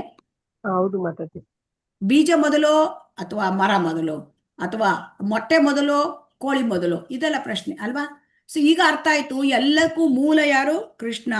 ಸೊ ಹಾಗಾಗಿ ಭೂಮಿ, ನೀರು, ಅಗ್ನಿ, ವಾಯು ಎಲ್ಲದರ ಮೇಲೆ ಪ್ರತಿಯೊಂದು ರಾಸಾಯನಿಕ ವಸ್ತುಗಳು ಎಲ್ಲದರ ಕ್ರಿಯಾಶೀಲತೆ ಕೃಷ್ಣ. ರಾಸಾಯನಿಕ ವಸ್ತು ಅಂತಂದ್ರೆ ಈಗ ನಾವು ಒಂದು ಔಷಧಿ ತಗೊಳ್ತೇವೆ, ಔಷಧಿ ಅದರೊಳಗಿರ್ತಕ್ಕಂಥ ಕ್ರಿಯಾಶೀಲ ವಸ್ತು ಕೃಷ್ಣ. ಔಷಧಿ ನಮ್ಮ ಮೇಲೆ ಪರಿಣಾಮ ಬೀರಬೇಕು, ಅದು ಕ್ರಿಯಾಶೀಲ ವಸ್ತು ಕೃಷ್ಣ. ಸೊ ಹಾಗಾಗಿ ಆದ್ದರಿಂದ ಎಲ್ಲವೂ ಕೃಷ್ಣನೇ. ಇಲ್ಲಿ ಏನಾಗುತ್ತೆ ಅಂದ್ರೆ ಶುದ್ಧ ಭಕ್ತರಿಗೆ ಕಾಣುತ್ತೆ ಎಲ್ಲವೂ ಕೃಷ್ಣನೇ. ಕೃಷ್ಣನು ಪ್ರತಿಯೊಂದು ಸರ್ವವ್ಯಾಪಿ. ಯಾಕಂದ್ರೆ ಭೂಮಿ, ನೀರು, ಅಗ್ನಿ, ವಾಯು, ಆಮೇಲೆ ಎಲ್ಲ ವಸ್ತುವಿನ ಕ್ರಿಯಾಶೀಲತೆ ಎಲ್ಲವೂ ಕೂಡ ಕೃಷ್ಣನೇ. ಕೃಷ್ಣ ಸರ್ವವ್ಯಾಪಿಯಾಗಿದ್ದಾರೆ. ಸೊ ಆದ್ದರಿಂದ ಇದು ನಾವು ಶುದ್ಧ ಭಕ್ತರು ನೋಡುವ ಸ್ಥಿತಿ. ಶುದ್ಧ ಭಕ್ತರಿಗೆ ಏನಾಗುತ್ತೆ, ಎಲ್ಲಿ ನೋಡಿದ್ರು ಅವರು ಕೃಷ್ಣನನ್ನೇ ಕಾಣ್ತಾರೆ. ಎಲ್ಲಿ ನೋಡಿದ್ರು ಎಲ್ಲದರಲ್ಲೂ ಕೃಷ್ಣನೇ ಕಾಣ್ತಾರೆ. ಗಾಳಿ, ನೀರು, ಬೆಂಕಿ, ಆಕಾಶ, ವಾಯು ಎಲ್ಲದರಲ್ಲೂ ಕೃಷ್ಣನನ್ನೇ ಕಾಣ್ತಾರೆ. ಸೊ ಹಾಗಾಗಿ ಆ ಶುದ್ಧ ಭಕ್ತರು ಕೃಷ್ಣನನ್ನು ಕಾಣೋದ್ರಿಂದ ಅವರು ಕೃಷ್ಣನನ್ನು ಯಾವತ್ತೂ ಕೂಡ ಮರೆಯೋದಿಲ್ಲ. ಆಗ ಈಗ ನಾವು ಈ ತರ ಒಂದು ಎಲ್ಲದರಲ್ಲಿಯೂ ಕೂಡ ಕೃಷ್ಣನನ್ನು ಕಂಡ್ರೆ ನಮಗೆ ಕೃಷ್ಣನನ್ನು ಮರಲಿಕ್ಕೆ ಸಾಧ್ಯ ಇಲ್ಲ. ಇದೆಯಾ? ಹರೇ ಕೃಷ್ಣ. ಇಲ್ಲ ಸರ್. ಹಾಗಾಗಿ ಇಲ್ಲಿ ಹೇಳ್ತಾ ಇದ್ದಾರೆ, ಸೊ ನೀರಿನ ರುಚಿ ಕೃಷ್ಣ, ಚಂದ್ರ ಸೂರ್ಯರಲ್ಲಿರ್ತಕ್ಕಂಥ ಬೆಳಕು ಕೃಷ್ಣ. ಸೊ ಆಮೇಲೆ ವೇದಿಕ ಮಂತ್ರಗಳನ್ನ ಹೇಳ್ತಾರೆ. ಆ ಮಂತ್ರಗಳಲ್ಲಿ ಓಂಕಾರ ಸ್ವರೂಪ ಕೃಷ್ಣ, ಪ್ರಣವ ಸ್ವರೂಪಿ ಕೃಷ್ಣ. ಆಕಾಶದಲ್ಲಿ ಧ್ವನಿ ತರಂಗ ಹರಡಿ ಹೋಗುತ್ತೆ, ಆ ಧ್ವನಿ ತರಂಗ ಇರ್ತಕ್ಕಂಥದ್ದು ಅದು ಕೃಷ್ಣ. ಮನುಷ್ಯರ ಸಾಮರ್ಥ್ಯ ಪೌರುಷ ಕೃಷ್ಣ. ಭೂಮಿಯಲ್ಲಿ ಪರಿಮಳ ಕೃಷ್ಣ. ಬೆಂಕಿಯಲ್ಲಿ ಶಾಖ ಇದೆ, ಆ ಬೆಂಕಿಗೆ ಶಾಖ ಏನದು? ಶಾಖ ಕೃಷ್ಣ. ಆಮೇಲೆ ಎಲ್ಲ ತಪಸ್ವಿಗಳು ತಪಸ್ಸು ಮಾಡ್ತಾರೆ, ತಪಸ್ಸು ಕೃಷ್ಣ. ಸೊ ಮೂಲ ಬೀಜ ಎಲ್ಲ ಅಸ್ತಿತ್ವ ಯಾವ ಜೀವಿಗಳಿದ್ದಾರೆ ಅದ್ರ ಎಲ್ಲ ಜೀವಿಗಳ ಮೂಲ ಬೀಜ ಕೃಷ್ಣ. ಹಾಗಾಗಿ ಇಲ್ಲಿ ಧರ್ಮ ತತ್ವಗಳಿಗೆ ವಿರುದ್ಧ ಬಲದ ಲೈಂಗಿಕ ಜೀವನ ಕೃಷ್ಣ. ಅಂದ್ರೆ ಯಾವ ತರ ನಾವು ತಿಳ್ಕೊಳ್ಬೇಕು ಅಂತಂದ್ರೆ, ಯಾವಾಗ ಒಬ್ಬ ಭಕ್ತನಾಗಿ ತನ್ನನ್ನು ಮಕ್ಕಳನ್ನು ಅವನು ತನ್ನ ಭಕ್ತಿ ಸಂಪನ್ನವಾದ ಮಕ್ಕಳನ್ನು ಪಡ್ಕೊಳ್ಳೋದು, ಭಕ್ತಿ ಮಾರ್ಗಕ್ಕೆ ತರ್ತಕ್ಕಂಥ ಮಕ್ಕಳನ್ನು ಪಡೆಯೋದು, ಅದಕ್ಕೆ ಬೇಕಾದ ಕಾಮ ಕೃಷ್ಣ. ಸೊ ಅದಕ್ಕೆ ಏನ್ ಹೇಳ್ತಾರೆ? ಧರ್ಮ ತತ್ವಗಳಿಗೆ ವಿರುದ್ಧವಲ್ಲದ ಕಾಮ. ಸೊ ಹಾಗಾಗಿ ಭಗವಂತ ಎಲ್ಲವೂ ಕೂಡ ಭಗವಂತ. ಸೊ ಕೃಷ್ಣನಿಗೆ ಕೆಲವರಿಗೆ ಏಕೆ ಗೊತ್ತಿಲ್ಲ, ನಾವು ಇದನ್ನ ಈಗಾಗಲೇ ತಿಳ್ಕೊಂಡಿದ್ದೇವೆ. ಕೃಷ್ಣನ ಬಗ್ಗೆ ತಮಗುಣ ರಜೋಗುಣ ಇದರಲ್ಲಿ ಇದ್ದವರಿಗೆ ಗೊತ್ತಾಗೋದಿಲ್ಲ. ಯಾಕೆಂದ್ರೆ ಕೃಷ್ಣ ಬಗ್ಗೆ ತಿಳ್ಕೊಬೇಕಾದ್ರೆ ಕಡಿಮೆ ಅಂದ್ರೆ ಸತ್ವಗುಣಕ್ಕೆ ಬರಬೇಕು. ಸತ್ವದ ಗುಣದಲ್ಲಿ ಜ್ಞಾನದ ಬೆಳಕಿರುತ್ತೆ. ಇರುತ್ತೆ. ಸತ್ವಗುಣದಲ್ಲಿ ನಮಗೆ ಆ ಜ್ಞಾನ ಪಡ್ಕೊಳ್ಳಿಕ್ಕೆ ಸಾಧ್ಯ. ರಜೋಗುಣ ತಮಗುಣ ಇದ್ರೆ ಭಗವಂತನ ಬಗ್ಗೆ ತಿಳ್ಕೊಳ್ಳಿಕ್ಕೆ ಸಾಧ್ಯ ಇಲ್ಲ. ಯಾಕೆಂತಂದ್ರೆ ರಜೋಗುಣದಲ್ಲಿ ಇನ್ನೂ ಬೇಕು ಮತ್ತೂ ಬೇಕು ದುಡಿತಾನೆ ಇರ್ತಾರೆ, ಟೈಮೇ ಇರುವುದಿಲ್ಲ, ಅವರಿಗೆ ಸಮಯವೇ ಇರುವುದಿಲ್ಲ. ಭಗವದ್ಗೀತೆ ಕ್ಲಾಸಿಗೆ ಬನ್ನಿ, ಇಲ್ಲ ನನಗೆ ಸಮಯವೇ ಇಲ್ಲ. ಸೊ ಅದು ರಜೋಗುಣ ಇರ್ತದೆ. ಆಮೇಲೆ ತಮೋಗುಣದಲ್ಲಿ ಆಲಸಿಗಳು, ಏಳುವುದೇ ಇಲ್ಲ ಬೆಳಗ್ಗೆ ಮುಂಚೆ, ಎಷ್ಟೋ ಸಮಯ ನಿದ್ದೆ ಮಾಡ್ತಾರೆ, ಸೋಮಾರಿಗಳು. ಹಾಗಾಗಿ ಅವರಿಗೆ ಭಗವದ್ಗೀತೆಗೆ ಬರ್ಲಿಕ್ಕಾಗಲ್ಲ, ಭಗವಂತನನ್ನ ತಿಳ್ಕೊಳ್ಳಿಕ್ಕಾಗೋದಿಲ್ಲ. ಆಮೇಲೆ ರಾಕ್ಷಸರು, ಅವರು ನಾಸ್ತಿಕರು, ಭಗವಂತನ ಬಗ್ಗೆ ತಿಳ್ಕೊಳ್ಳೋದಿಲ್ಲ, ಅವ್ರಿಗೆ ಬೇಕಾಗಿಲ್ಲ, ತಾವೇ ದೊಡ್ಡವರು, ಭಗವಂತ ಯಾರು ಅಂತ ಕೇಳ್ತಾರೆ. ಸೊ ರಾಕ್ಷಸರು. ಆಮೇಲೆ ಅಭಕ್ತರು, ಭಕ್ತಿ ಮಾರ್ಗದಲ್ಲಿ ಯಾರಿಲ್ಲ, ಅವರಿಗೆ ಭಗವಂತ ಕಾಣಿಸೋದಿಲ್ಲ. ಯಾಕೆ ಅಂದ್ರೆ ಭಗವಂತ ಅವನನ್ನ ಯೋಗಮಾಯ ಪರದೆ ಅವರನ್ನ ಮುಚ್ಚಿರುತ್ತೆ ಭಗವಂತನನ್ನ. ಸೊ ಭಗವಂತನ ಬಗ್ಗೆ ತಿಳ್ಕೊಬೇಕು ಅಂತಂದ್ರೆ ಭಕ್ತಿ ಮಾರ್ಗದಲ್ಲಿ ಬರಬೇಕು. ಆ ಭಕ್ತಿ ಮಾರ್ಗದಲ್ಲಿ 3 ಗುಣಗಳು ಅದರಿಂದ ನಾವು ಹೊರಗೆ ಬಂದ್ರೆ, ಅಂದ್ರೆ ನಮ್ಮ ಈ ಮಹಾಮಾಯ ಪರದೆ ಹೊರಗೆ ಹೋದಾಗ ಭಗವಂತ ತನ್ನಿಂತಾನೆ ಯೋಗಮಾಯ ಪರದೆಯನ್ನು ಸರಿಸಿ ನಮಗೆ ತೋರಿಸ್ಕೊಳ್ತಾನೆ. ಇದನ್ನು ತಿಳ್ಕೊಳ್ಳೋಣ. ಏನ್ ಹೇಳ್ತಾ ಇದ್ದಾರೆ 12ನೇ ಶ್ಲೋಕದಲ್ಲಿ? ಯೇ ಚೈವ ಸಾತ್ವಿಕ ಭಾವ ರಾಜಸಾಹ ತಾಮಸಾಶ್ಚಯೇ ಮತ್ತ ಏವೇತಿ ತಾನ್ ವಿದ್ಧಿ ನತ್ವಹಂ ತೇಷು ತೇ ಮಯಿ.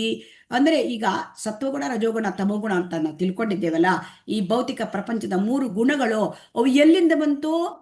ಹರೇ ಕೃಷ್ಣ, ಅವು ಎಲ್ಲಿಂದ ಬಂತು? ಅವಕ್ಕೆ ಮೂಲ ಯಾರು? ಈ 3 ಗುಣಗಳಿಗೆ ಮೂಲ ಯಾರು? ಕೃಷ್ಣನೇ ಮಾತಾಜಿ. ಕೃಷ್ಣನೇ. ಸೊ ಹಾಗಾಗಿ ನಾವು ತಿಳ್ಕೊಳ್ಬೇಕು, 3 ಗುಣಗಳಿಗೆ ಮೂಲ ಕೃಷ್ಣ. ಕೃಷ್ಣನಿಂದ ಈ 3 ಗುಣಗಳು ಬಂದಿದೆ. ಆದರೆ ಭಗವಂತ ಅವನು ಪ್ರಕೃತಿಯ ಗುಣಗಳಿಗೆ ಅವನು ಒಳಪಟ್ಟಿಲ್ಲ. ಸೊ ಇಲ್ಲಿ 3 ಗುಣಗಳು ಕೃಷ್ಣನಿಂದ ಬಂದಿದೆ, ಆದರೆ ಕೃಷ್ಣ ಅದರಲ್ಲಿ ಒಳಪಟ್ಟಿಲ್ಲ.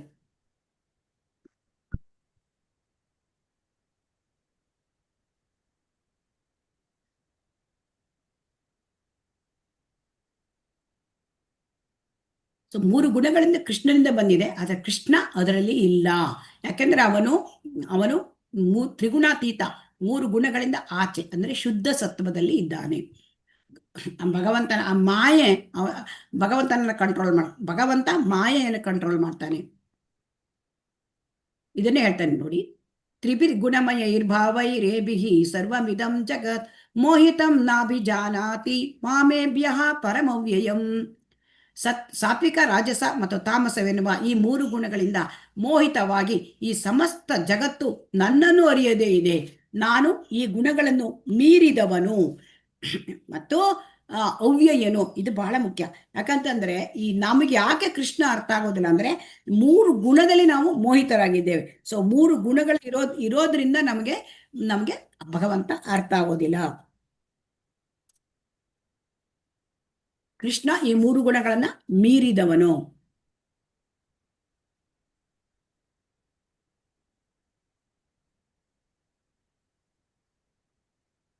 ಹಾಗಾದ್ರೆ ಈ ಮಾಯೆ ಅಂದ್ರೆ ಈ 3 ಗುಣಗಳಿಂದ ಇರ್ತಕ್ಕಂತಹ ಬಹಿರಂಗ ಶಕ್ತಿ. ಸೊ ಈ ಬಹಿರಂಗ ಶಕ್ತಿ ಈಗ ನಾವು ಮಾಯೆಯ ಕಂಟ್ರೋಲ್ ಅಲ್ಲಿ ಇದ್ದೇವೆ, ಮಾಯೆಯ ಹಿಡಿತದಲ್ಲಿ ಇದ್ದೇವೆ. ಯಾಕೆಂದ್ರೆ ನಾವು ಮೊದಲು ಭೌತಿಕ ಪ್ರಪಂಚಕ್ಕೆ ಸೇರಿದವರಲ್ಲ, ನಾವು ಪರಾಶಕ್ತಿ ಆಧ್ಯಾತ್ಮಿಕ ಲೋಕದಲ್ಲಿ ಇದ್ದವರು. ಆದರೆ ನಮ್ಗೆ ಏನಾಯ್ತು, ಸ್ವತಂತ್ರವಾಗಿ ನಾವು ಇದನ್ನ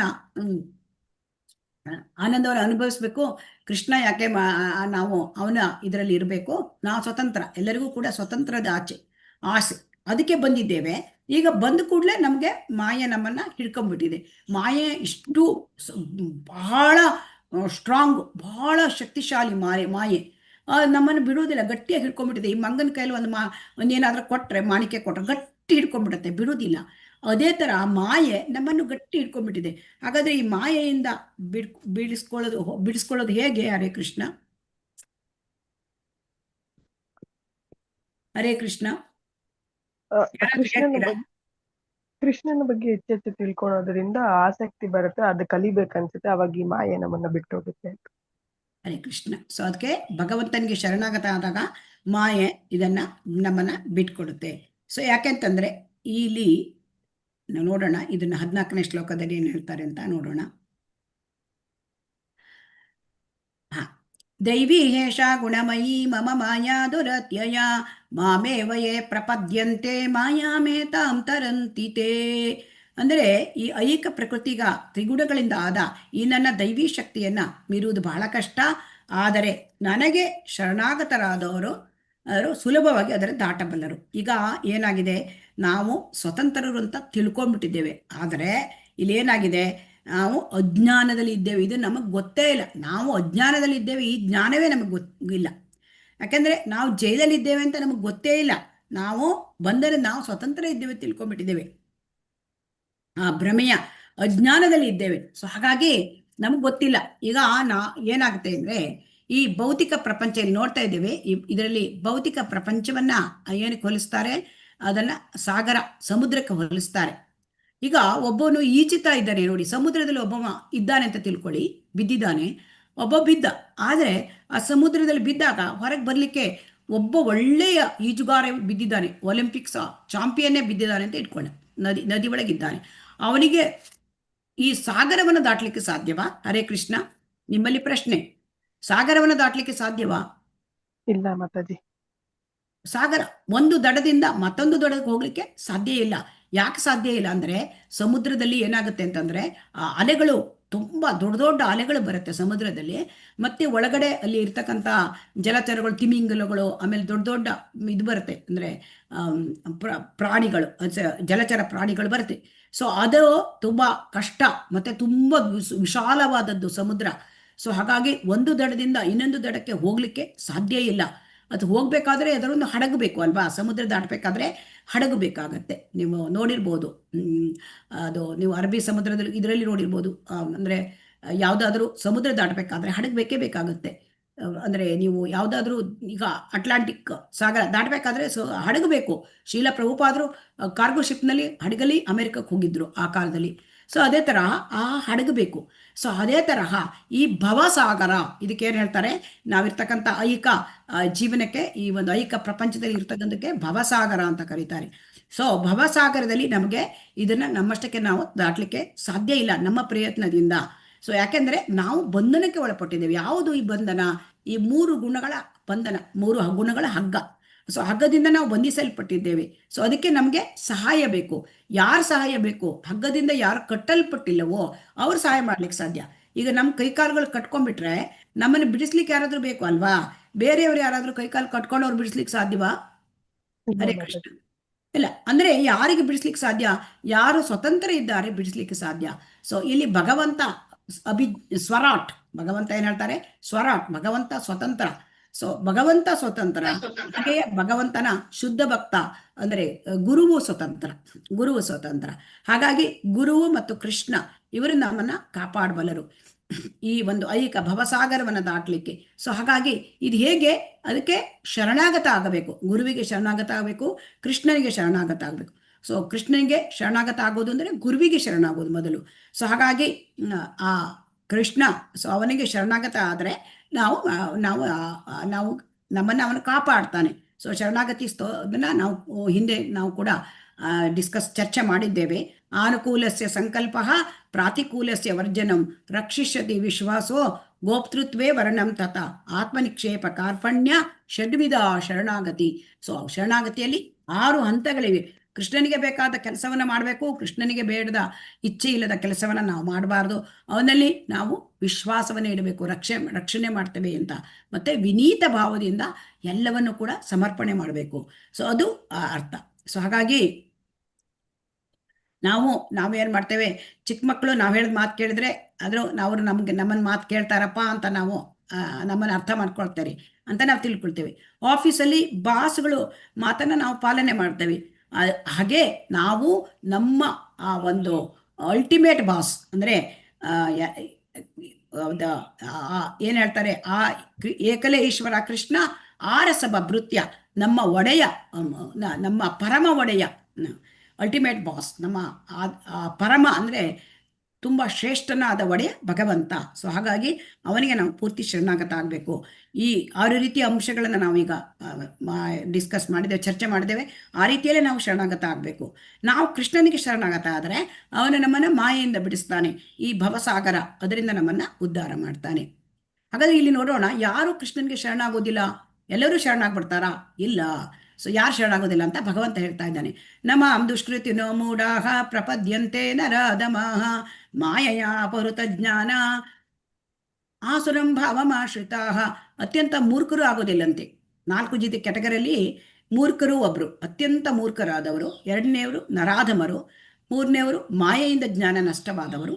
ಆಮೇಲೆ ಆಸುರಿ ಸ್ವಭಾವದವರು. ಇವರನ್ನ ಭಗವಂತ ದುಷ್ಟರು ಅಂತ ಕರೆದಿದ್ದಾರೆ, ದುಷ್ಕೃತಿಗಳು ಅಂತ ಕರೆದಿದ್ದಾರೆ. ಸೊ ಹಾಗಾಗಿ ದುಷ್ಕೃತಿಗಳು ಭಗವಂತನಿಗೆ ಶರಣಾಗೋದಿಲ್ಲ. ಸೊ ಈಗ ಪ್ರತಿಯೊಂದು ದುಷ್ಕೃತ್ಯಕ್ಕೆ ಒಂದು ಉದಾಹರಣೆ ನೋಡೋಣ.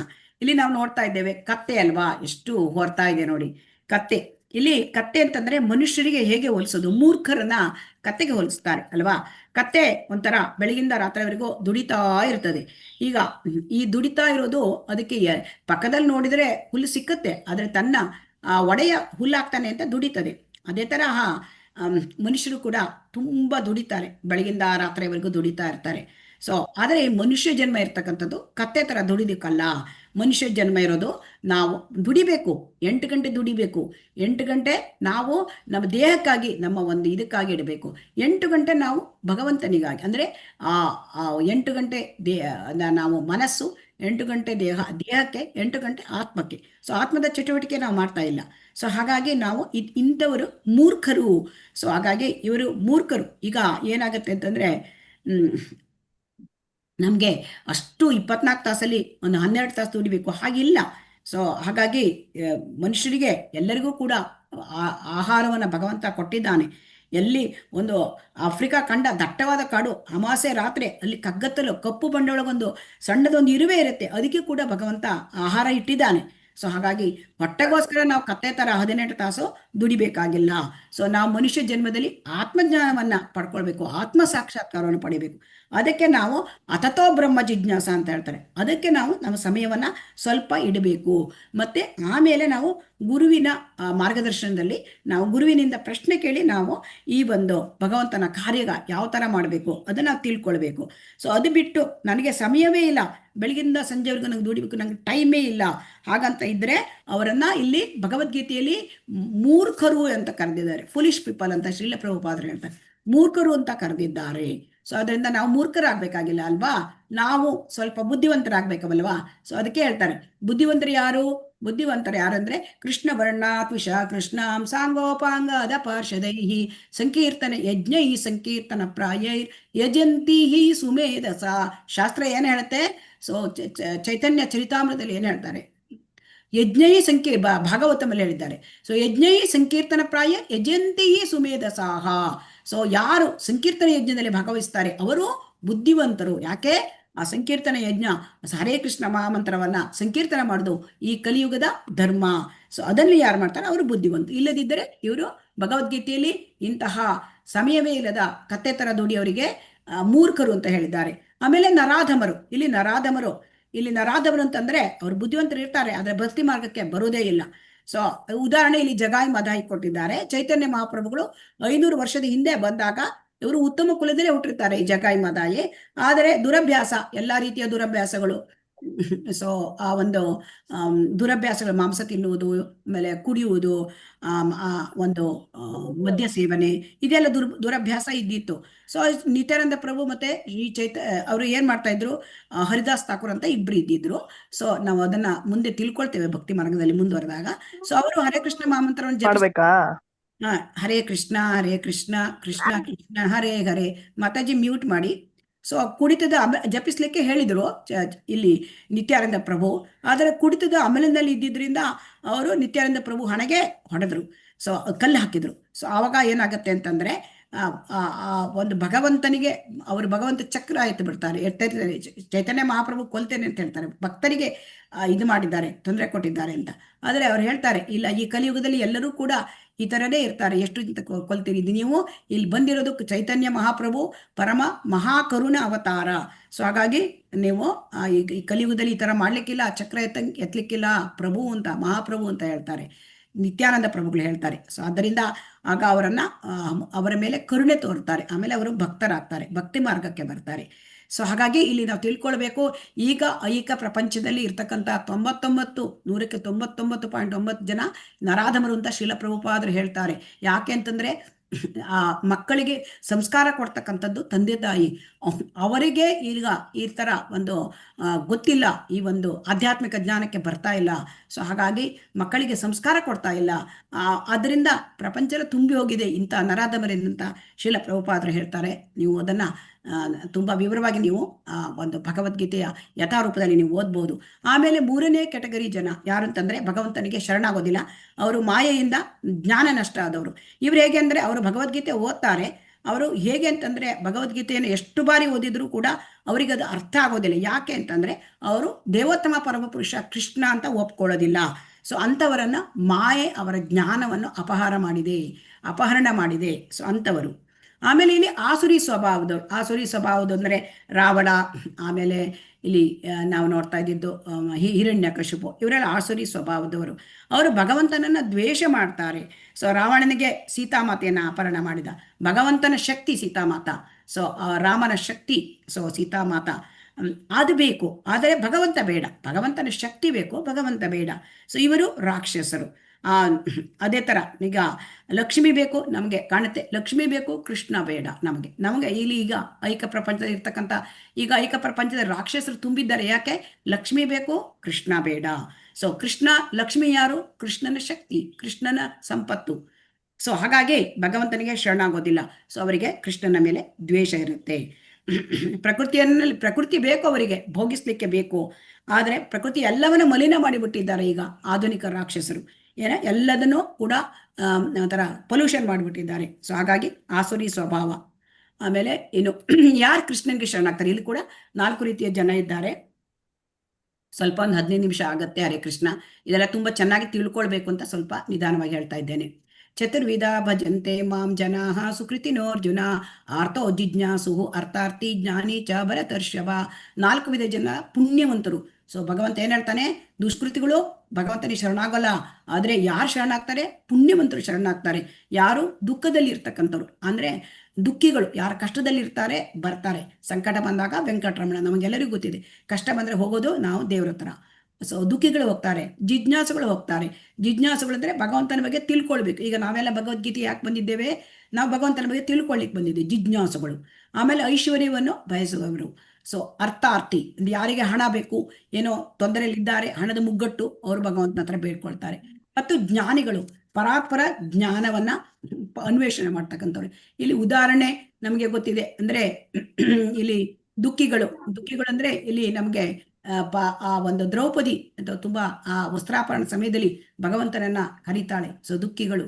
ಜಿಜ್ಞಾಸುಗಳು ಅಂದ್ರೆ ಅಲ್ಲಿ ಶೌನಕಾದಿ ಋಷಿಗಳು ಭಾಗವತವನ್ನು ಕೇಳಲಿಕ್ಕೆ ಅವರು ಸೂತಮುನಿಯನ್ನ ಕೇಳ್ತಾರೆ ಪ್ರಶ್ನೆಗಳನ್ನ. ಸೊ ಅವರು ಜಿಜ್ಞಾಸುಗಳು. ಐಶ್ವರ್ಯವನ್ನು ಬಯಸುವರು ಧ್ರುವ ಮಹಾರಾಜ. ಅದನ್ನು ಕೂಡ ನಾವೆಲ್ಲ ಮುಂದೆ ಭಾಗವತ ತರಗತಿಯಲ್ಲಿ ತಿಳ್ಕೊಳ್ಬಹುದು. ಪರಾತ್ಪರ ಜ್ಞಾನವನ್ನು ಅನ್ವೇಷಣೆ ಮಾಡೋರು ಅಂದ್ರೆ ಇಲ್ಲಿ ಜ್ಞಾನಿ ತುಂಬಾ ಭಗವಂತನಿಗೆ ಇಷ್ಟ ಆಗತ್ತೆ. ಇಲ್ಲಿ ನೋಡಿ, ಇಲ್ಲಿ ಕೊಟ್ಟಿದ್ದಾರೆ. ಸೊ ನಾವು ನೋಡಿದ್ದೇವೆ ಆರ್ಥ. ಇಲ್ಲಿ ಗಜೇಂದ್ರ ತುಂಬಾ ದುಃಖ ಪರಿಸ್ಥಿತಿಯಲ್ಲಿ ಭಗವಂತನ ನೆನಪಿಸ್ಕೊಂಡ. ಆಮೇಲೆ ಇಲ್ಲಿ ದ್ರೌಪದಿ ವಸ್ತ್ರಾಪರಣ ಸಮಯದಲ್ಲಿ ಭಗವಂತನನ್ನ ನೆನೆಸ್ಕೊಂಡ್ಲು. ಆಮೇಲೆ ಅರ್ಥಾರ್ಥಿ ಅಂತಂದ್ರೆ ಇಲ್ಲಿ ಧ್ರುವ ಮಹಾರಾಜ ಒಂದು ಅವರಿಗೆ ತಂದೆ ಅವರಿಗೆ ತೊಡೆಯಲ್ಲಿ ಕೂತ್ಕೊಳ್ಳಿಕ್ಕೆ ಸುರುಚಿ, ಅವರ ಮಲತಾಯಿ ಬಿಡ್ಲಿಲ್ಲ. ಸೊ ಆಗ ಅವರು ಕಾಡಿಗೆ ಬರ್ತಾರೆ. ತಾಯಿ ಹೇಳ್ದ ಹಾಗೆ, ಅಂದ್ರೆ ಅವರು ಸುನೀತಿ ಹೇಳ್ದ ಹಾಗೆ ಅವರು ಭಗವಂತನ ಕಾಣ್ಲಿಕ್ಕೆ ಬರ್ತಾರೆ, ಅಂದ್ರೆ ಈ ತಪಸ್ ಮಾಡ್ತಾರೆ. ಸೊ ಆಗ ಅವರಿಗೆ ಭಗವಂತ ಕಾಣ್ತಾನೆ. ಸೊ ಅದಕ್ಕೆ ಇದು ಅರ್ಥಾರ್ಥಿ ಇವರು. ಆಮೇಲೆ ಇವರು ಜಿಜ್ಞಾಸು ನಾವು ನೋಡ್ತಾ ಇದ್ದೇವೆ, ಅಂದ್ರೆ ಶೌನಕಾದಿ ಋಷಿಗಳು ಜಿಜ್ಞಾಸುಗಳು.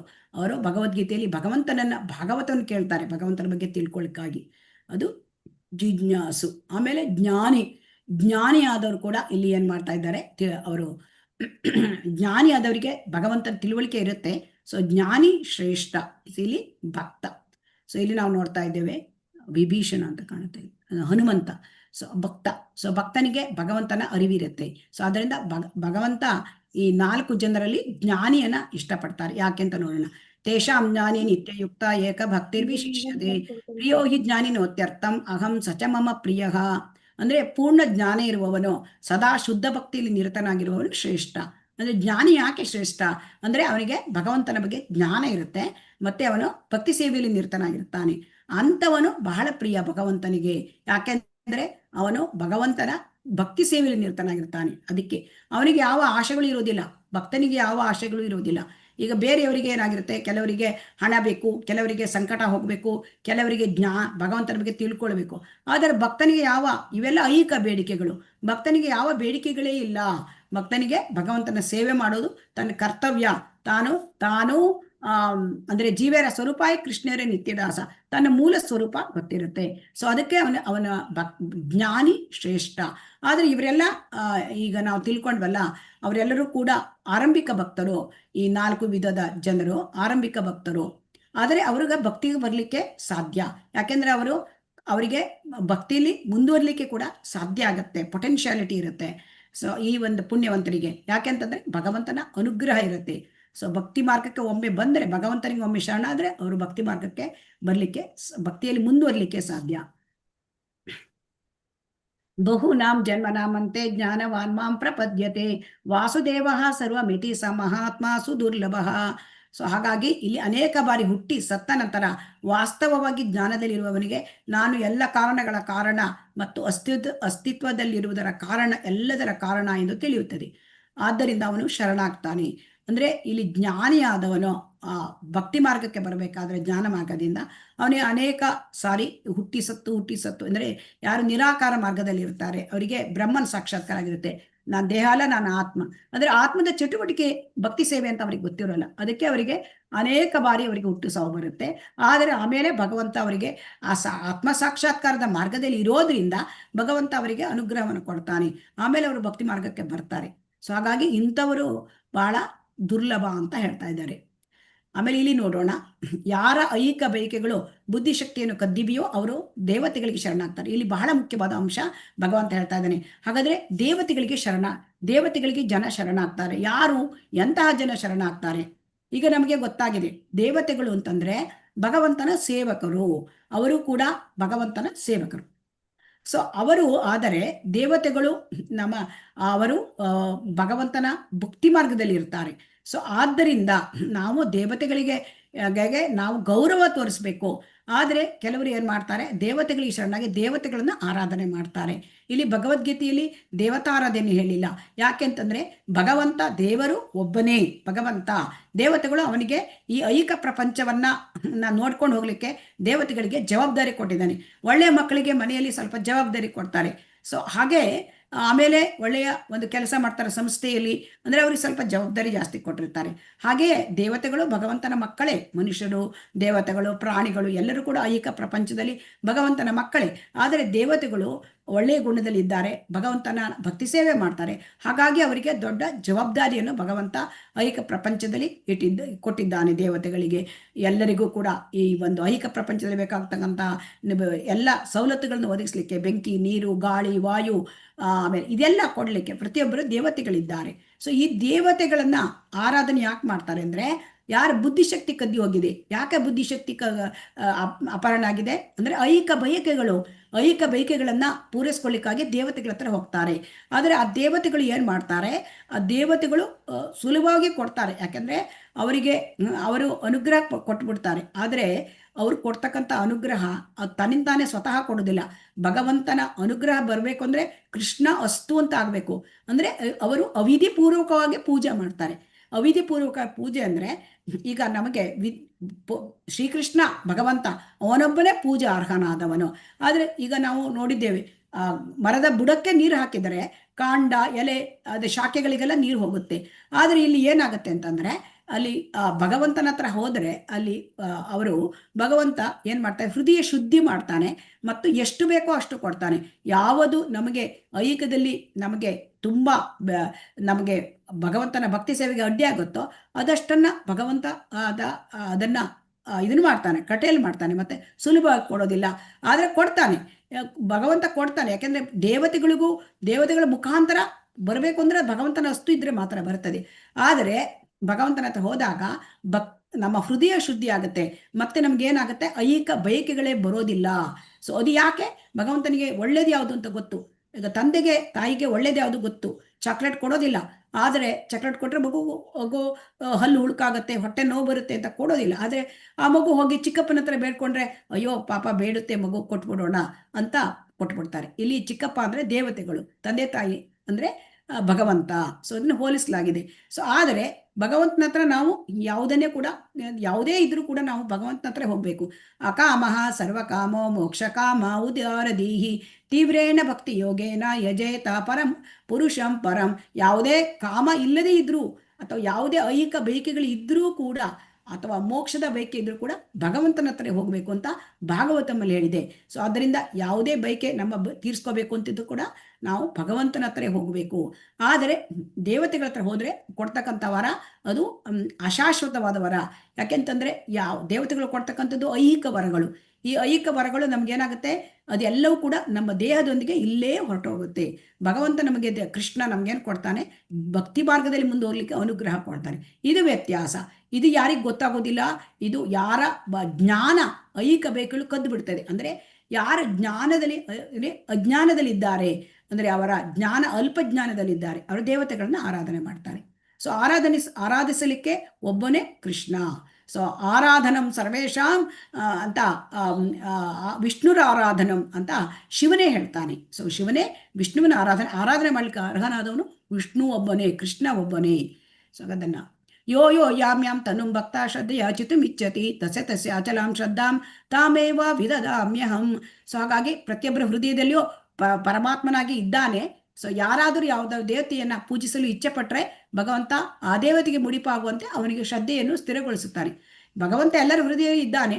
ಒಬ್ಬರಿಗೆ ದೇವತೆಗಳನ್ನ ಪೂಜೆ ಮಾಡಬೇಕು ಅಂತ ಇಷ್ಟ ಆಗತ್ತೆ, ಯಾಕೆಂದ್ರೆ ಅವರಿಗೆ ಐಹಿಕ ಬಯಕೆ ಇದೆ. ಆಗಲಿ, ಅದನ್ನಾರು ಮಾಡ್ಕೋ, ನಿನ್ನ ಇಚ್ಛೆ ಪೂರೈಸ್ಕೋ, ಆಮೇಲೆ ಭಗವಂತನ ಹತ್ರ ಬರ್ಬೋದು. ಸೊ ಅದಕ್ಕೆ ಆ ದೇವತೆಯಲ್ಲಿಯೇ ಅವನಿಗೆ ಶ್ರದ್ಧೆ ಇರುವಾಗೆ ಭಗವಂತ ಸ್ಥಿರಗೊಳಿಸ್ತಾನೆ. ಆದರೆ ಭಗವಂತ ಯಾವಾಗಲೂ ನಮ್ಮ ಪರಮಾತ್ಮನಾಗಿ, ಯಾವಾಗ ನೀನು ಪರಮಾತ್ಮ ಹತ್ರ ಮುಖ ನೋಡ್ತೀಯಾ ಭಗವಂತನ ಹತ್ರ, ಅದನ್ನ ಇಚ್ಛೆ ಪಡ್ತಾರೆ. ಯಾಕೆಂದ್ರೆ ಭಗವಂತ ಲೋಕಕ್ಕೆ ಕರ್ಕೊಂಡು ಹೋಗ್ಬೇಕು ಭಗವಂತನಿಗೆ, ಅದು ಇಚ್ಛೆ. ಸತಯಾ ಶ್ರದ್ಧೆಯ ಯುಕ್ತ ತಸ್ಯ ಆರಾಧನ ಮೀಹತೆ ಲಭತೆ ಚ ತಥಾ ಕಾಮಾನ್ ಮಯೈವ ವಿಹಿತಾನ್. ಇಂತಹ ಶ್ರದ್ಧೆಯನ್ನು ಪಡೆದು ಆತನು ಒಬ್ಬ ನಿರ್ದಿಷ್ಟ ದೇವತೆಯನ್ನು ಪೂಜಿಸಿ ತನ್ನ ಅಭೀಷ್ಟಗಳನ್ನು ಪಡೆಯಲು ಪ್ರಯತ್ನಿಸುತ್ತಾನೆ. ಆದರೆ ವಾಸ್ತವವಾಗಿ ಅನುಗ್ರಹಗಳನ್ನು ನೀಡುವವನು ನಾನೊಬ್ಬನೇ. ಅದಕ್ಕೆ ಭಗವಂತ ಏನ್ ಹೇಳ್ತಾನೆ, ನೀವು ದೇವತೆಗಳ ಆರಾಧನೆ ಮಾಡಿದರೂ ಕೂಡ ಅದನ್ನು ಅನುಗ್ರಹ ನೀಡ್ತಕ್ಕಂಥವನು ನಾನೇ, ದೇವತೆಗಳ ಮುಖಾಂತರ ಅನುಗ್ರಹ ನೀಡುವವನು ನಾನೇ. ಯಾಕೆಂದ್ರೆ ಪರಮಾತ್ಮನಾಗಿ ದೇವತೆಗಳ ಹೃದಯದಲ್ಲಿ ಭಗವಂತನೇ ಇದ್ದಾನೆ. ಸೊ ಅವನು ಅಸ್ತು ಅಂತ ಹೇಳಿದಾಗ ಮಾತ್ರ ಆ ದೇವತೆಗಳು ಅನುಗ್ರಹವನ್ನ ಕೊಡ್ಲಿಕ್ಕೆ ಸಾಧ್ಯ. ಆದರೆ ಇಲ್ಲಿ ನೋಡಿ, ಚಿತ್ರದಲ್ಲಿ ದೇವತೆಗಳೆಲ್ಲ ಇದ್ದಾರೆ, ಕ್ಷೀರ ಸಮುದ್ರದಲ್ಲಿ ವಿಷ್ಣು ಇದ್ದಾನೆ. ಸೊ ಅವನು ಏನಾದರೂ ಅವರಿಗೆ ಬೇಕಾದಾಗ ಅಂದ್ರೆ ಅವರೇ ಕೂಡ ಕೃಷ್ಣನನ್ನ ಆರಾಧನೆ ಮಾಡ್ತಾರೆ. ಆ ವಿಷ್ಣುವನ್ನ, ಕೃಷ್ಣ ಬೇರೆ ಅಲ್ಲ, ವಿಷ್ಣು ಬೇರೆ ಅಲ್ಲ. ಸೊ ಆದ್ದರಿಂದ ಅವರನ್ನ ದೇವತೆಗಳೇ ಆರಾಧನೆ ಮಾಡ್ತಾರೆ, ಅವ್ರಿಗೆ ನಮಸ್ಕಾರ ಮಾಡ್ತಾ ಇದ್ದಾರೆ. ಸೊ ಆದ್ದರಿಂದ ದೇವತೆಗಳು ಭಗವಂತನಿಗೆ ಆರಾಧನೆ ಮಾಡ್ತಾರೆ. ಈಗ ನೋಡಿ, ಬ್ರಹ್ಮ ಚತುರ್ಮುಖ ಬ್ರಹ್ಮ ಬೋಲೆ ಕೃಷ್ಣ ಕೃಷ್ಣ, ಪಂಚಮುಖಿ ಶಿವ ಬೋಲೆ ರಾಮ ರಾಮ. ಆ ಕೃಷ್ಣ ಮತ್ತೆ ಈ ಶಿವ ಮತ್ತೆ ಬ್ರಹ್ಮ ಇಂಥ ಪ್ರಮುಖ ದೇವತೆಗಳೇ ಕೃಷ್ಣನಿಗೆ ಅವರು ಆರಾಧನೆ ಮಾಡ್ತಾರೆ. ಸೊ ಆದ್ದರಿಂದ ನಾವು ತಿಳ್ಕೊಳ್ಬೇಕು, ಭಗವದ್ಗೀತೆ ಏನ್ ಹೇಳುತ್ತೆ, ಅದು ಮೂಲ ಒಂದು ಆರಾಧನೆ ಮಾಡತಕ್ಕಂಥದ್ದು ಕೃಷ್ಣನಿಗೆ, ಅವನು ಮೂಲ ಬೇರು. ಸೊ ಬೇರಿಗೆ ನೀರು ಹಾಕಿದ್ರೆ ನಮ್ಗೆ ಎಲ್ಲ ಕಡೆಗೂ ತಲುಪುತ್ತೆ. ನಾವು ಭಗವಂತ ಕೃಷ್ಣನಿಗೆ ಆರಾಧನೆ ಮಾಡಿದ್ರೆ ಅದು ಎಲ್ಲರಿಗೂ ಕೂಡ ತಲುಪುತ್ತೆ. ಸೊ ಅಂತವಂತ ಫಲಂ ತೇಷಾಂ ತದ್ಭವತ್ ಅಲ್ಪ್ಯ ಮೇಧಸಾಂ ದೇವ ಅಂದೈವೇಜೋ ಯಾಂತಿ ಮದ್ಭಕ್ತ ಯಾಂತಿ ಮಾಮಪಿ. ಸೊ ಅದರಿಂದ ಯಾರು ದೇವತೆಗಳನ್ನ ಆರಾಧನೆ ಮಾಡ್ತಾರೆ ಅವರ ಗಮ್ಯಸ್ಥಾನ ಯಾವುದು? ಅವರು ದೇವತೆಗಳ ಲೋಕಕ್ಕೆ ಹೋಗ್ತಾರೆ. ಯಾರು ಭಗವಂತನನ್ನ ಆರಾಧನೆ ಮಾಡ್ತಾರೆ ಅವರು ಭಗವಂತನ ಲೋಕಕ್ಕೆ ಹೋಗ್ತಾರೆ. ಭಗವಂತನ ಲೋಕ ಅಂದ್ರೆ ವೈಕುಂಠ ಲೋಕಗಳು, ಮತ್ತೆ ಕೃಷ್ಣರ ಲೋಕ ಗೋಲೋಕ ವೃಂದಾವನ. ಸೊ ಭಗವಂತನ ಲೋಕಕ್ಕೆ ಹೋಗ್ಬೇಕು ಅಂದ್ರೆ ನಾವು ಭಗವಂತನ ಆರಾಧನೆ ಮಾಡಬೇಕು. ದೇವತೆಗಳ ಆರಾಧನೆ ಮಾಡಿ ದೇವತೆಗಳ ಲೋಕಕ್ಕೆ ಹೋಗ್ತಾರೆ. ಅಂದ್ರೆ ನೀವು ಈಗ ಕಲ್ಕತ್ತಾಕ್ಕೆ ಟಿಕೆಟ್ ತೆಗೆದುಕೊಂಡು ನನಗೆ ಬೆಂಗಳೂರಿಗೆ ಹೋಗ್ಬೇಕು ಅಂದ್ರೆ ಆಗತ್ತಾ? ಸೊ ಬೆಂಗಳೂರಿಗೆ ಹೋಗ್ಬೇಕಾದ್ರೆ ಬೆಂಗಳೂರು ಟಿಕೆಟ್ ತೆಗಿಬೇಕು ಅಲ್ವಾ? ಹರೇ ಕೃಷ್ಣ ಅಲ್ವಾ? ನಾವು ಕಲ್ಕತ್ತಾಕ್ಕೆ ಹೋಗ್ತೇನೆ ಅಂತ ಹೇಳಿ ಕಲ್ಕತ್ತಾಕ್ಕೆ ಹೋಗ್ಬೇಕು ಅಂತ ಹೇಳಿ ಟಿಕೆಟ್ ತೆಗೆದುಕೊಂಡು ನಂಗೆ ಬೆಂಗಳೂರಿಗೆ ಹೋಗ್ಲಿಕ್ಕಾಗತ್ತ? ಇಲ್ಲ. ಸೊ ನಮಗೆ ಭಗವಂತನ ಲೋಕಕ್ಕೆ ಹೋಗ್ಬೇಕು, ಭಗವಂತನ ಆರಾಧನೆ ಮಾಡಿ. ಇದನ್ನ ಭಗವಂತ ಸ್ಪಷ್ಟವಾಗಿ ಹೇಳಿದ್ದಾನೆ. ಸೊ ಯಾವುದು ಭಗವಂತ ಹೇಳಿದ್ದಾನೆ ಅದೆಲ್ಲ ಅದು ನಮಗೆ ಉಪದೇಶಗಳು, ನಾವು ಏನ್ ಮಾಡಬೇಕು ಅಂತ. ಆಮೇಲೆ ನೋಡೋಣ, ಅವ್ಯಕ್ತಂ ವ್ಯಕ್ತಿ ಮಾಪನ್ನಂ ಮನ್ಯಂತೆ ಮಾಂ ಅಬುದ್ಧಯ ಪರಂ ಭಾವಂ ಅಜಾನಂತೋ ಮಮಾವ್ಯಯಂ ಅನುತ್ತಮಂ. ನನ್ನನ್ನು ಪರಿಪೂರ್ಣವಾಗಿ ಅರಿಯದ ಬುದ್ಧಿಹೀನರು ದೇವೋತ್ತಮ ಪುರುಷನಾದ ನಾನು ಕೃಷ್ಣನು ಮೊದಲು ನಿರಾಕಾರನಾಗಿದ್ದು ಅನಂತರ ಈ ವ್ಯಕ್ತಿತ್ವವನ್ನು ಪಡೆದುಕೊಂಡೆ ಎಂದು ಭಾವಿಸುತ್ತಾರೆ. ಅವರ ಅಲ್ಪ ತಿಳುವಳಿಕೆಯ ಕಾರಣದಿಂದ ಅವರಿಗೆ ನಾಶವಿಲ್ಲದ್ದು ಪರಮೋಚ್ಚವವಾದ ನನ್ನ ಉನ್ನತ ಸ್ವರೂಪ ಅರ್ಥ ಆಗೋದಿಲ್ಲ. ಇಲ್ಲಿ ನಿರಾಕಾರವಾದ ಬಗ್ಗೆ ಹೇಳ್ತಾ ಇದ್ದಾರೆ ಭಗವಂತ.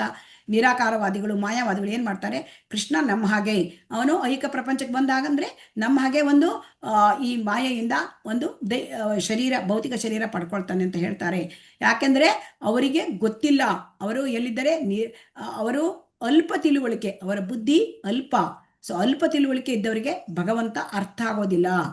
ಭಗವಂತನ ಪರಮೋಚ್ಚ ಸ್ಥಾನ ಭಗವಂತ ಅಂದ್ರೆ ಅವರು ಅಸಮೌರ್ಧ್ವ. ಅವನ ಭಗವಂತನಿಗೆ, ಕೃಷ್ಣನಿಗೆ ಸಮನಾರೂ ಇಲ್ಲ ಮತ್ತು ಅವನ ಮೇಲೆ ಯಾರೂ ಇಲ್ಲ.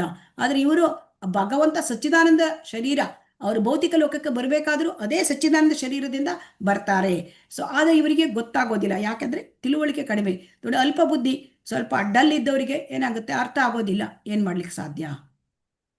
ನಾಹಂ ಪ್ರಕಾಶಃ ಸರ್ವಸ್ಯ ಯೋಗಮಾಯ ಸಮಾವೃತಃ ಮೂಢೋಯಂ ನಾಭಿಜಾನಾತಿ ಲೋಕೋ ಮಾಂ ಅಜಮವ್ಯಯಂ. ಅಂದರೆ ಮೂಢರಿಗೆ, ಬುದ್ಧಿಹೀನರಿಗೆ ಎಂದೂ ಕಾಣಿಸ್ಕೊಳ್ಳೋದಿಲ್ಲ. ಭಗವಂತ ಬುದ್ಧಿಹೀನರಿಗೆ ಕಾಣಿಸ್ಕೊಳ್ಳಲ್ಲ. ಅಂದರೆ ಈ ನಿರಾಕಾರವಾದಿಗಳು, ಮಾಯವಾದಿ ಕಾಣಿಸ್ಕೊಳ್ಳೋದಿಲ್ಲ. ಯಾಕೆಂದರೆ ಬುದ್ಧಿ ಕಡಿಮೆ, ಮೂಢರು. ಸೊ ಹಾಗಾಗಿ ಅವರ ಮಟ್ಟಿಗೆ ಅಂತರಂಗ ಶಕ್ತಿಯಿಂದ ಆವೃತನಾಗಿರ್ತೇನೆ. ಮತ್ತು ಯಾರಿಗೆ? ಮೂಢರಿಗೆ, ಬುದ್ಧಿಹೀನರಿಗೆ, ನಾಸ್ತಿಕರಿಗೆ, ಅವರಿಗೆ ಅವರಿಗೆ ಕಾಣೋದಿಲ್ಲ ಭಕ್ತ. ಅಭಕ್ತರಿಗೆ, ರಾಕ್ಷಸರಿಗೆ ಭಗವಂತ ಕಾಣೋದಿಲ್ಲ. ಯಾಕೆ? ಯೋಗಮಾಯ ಅದು ಪರದೆ ಇರುತ್ತೆ. ಇದನ್ನು ನಾವು ಮೊದಲೇ ಅದನ್ನು ಚರ್ಚೆ ಮಾಡಿದ್ದೇವೆ. ಹರೇ ಕೃಷ್ಣ. ವೇದಾಹಂ ಸಮತೀತಾನಿ ವರ್ತಮಾನಾನಿ ಚ ಅರ್ಜುನ ಭವಿಷ್ಯಾಣಿ ಚ ಭೂತಾನಿ ಮಾಂ ತು ವೇದನ ಕಶ್ಚನ. ಸೊ ಭಗವಂತನ ದೇವೋತ್ತಮ ಪುರುಷನಾಗಿ ನಾನು ಹಿಂದೆ ಆದದ್ದನ್ನು, ಈಗ ಆಗುತ್ತಿರುವುದನ್ನು, ಮುಂದೆ ಆಗುವುದನ್ನು ಬಲ್ಲೆ. ಭಗವಂತನಿಗೆ ಎಲ್ಲವೂ ಗೊತ್ತು. ಲಕ್ಷಾಂತರ ಕೋಟ್ಯಾಂತರ ವರ್ಷದಿಂದ ವಿವಸ್ವಾನನಿಗೆ ಭಗವದ್ಗೀತೆ ಹೇಳಿದನ ಅವನು ಅರ್ಜುನನಿಗೆ ಹೇಳಿದಾಗ ಅರ್ಜುನನಿಗೆ ವಿಸ್ಮಯ ಆಯಿತು.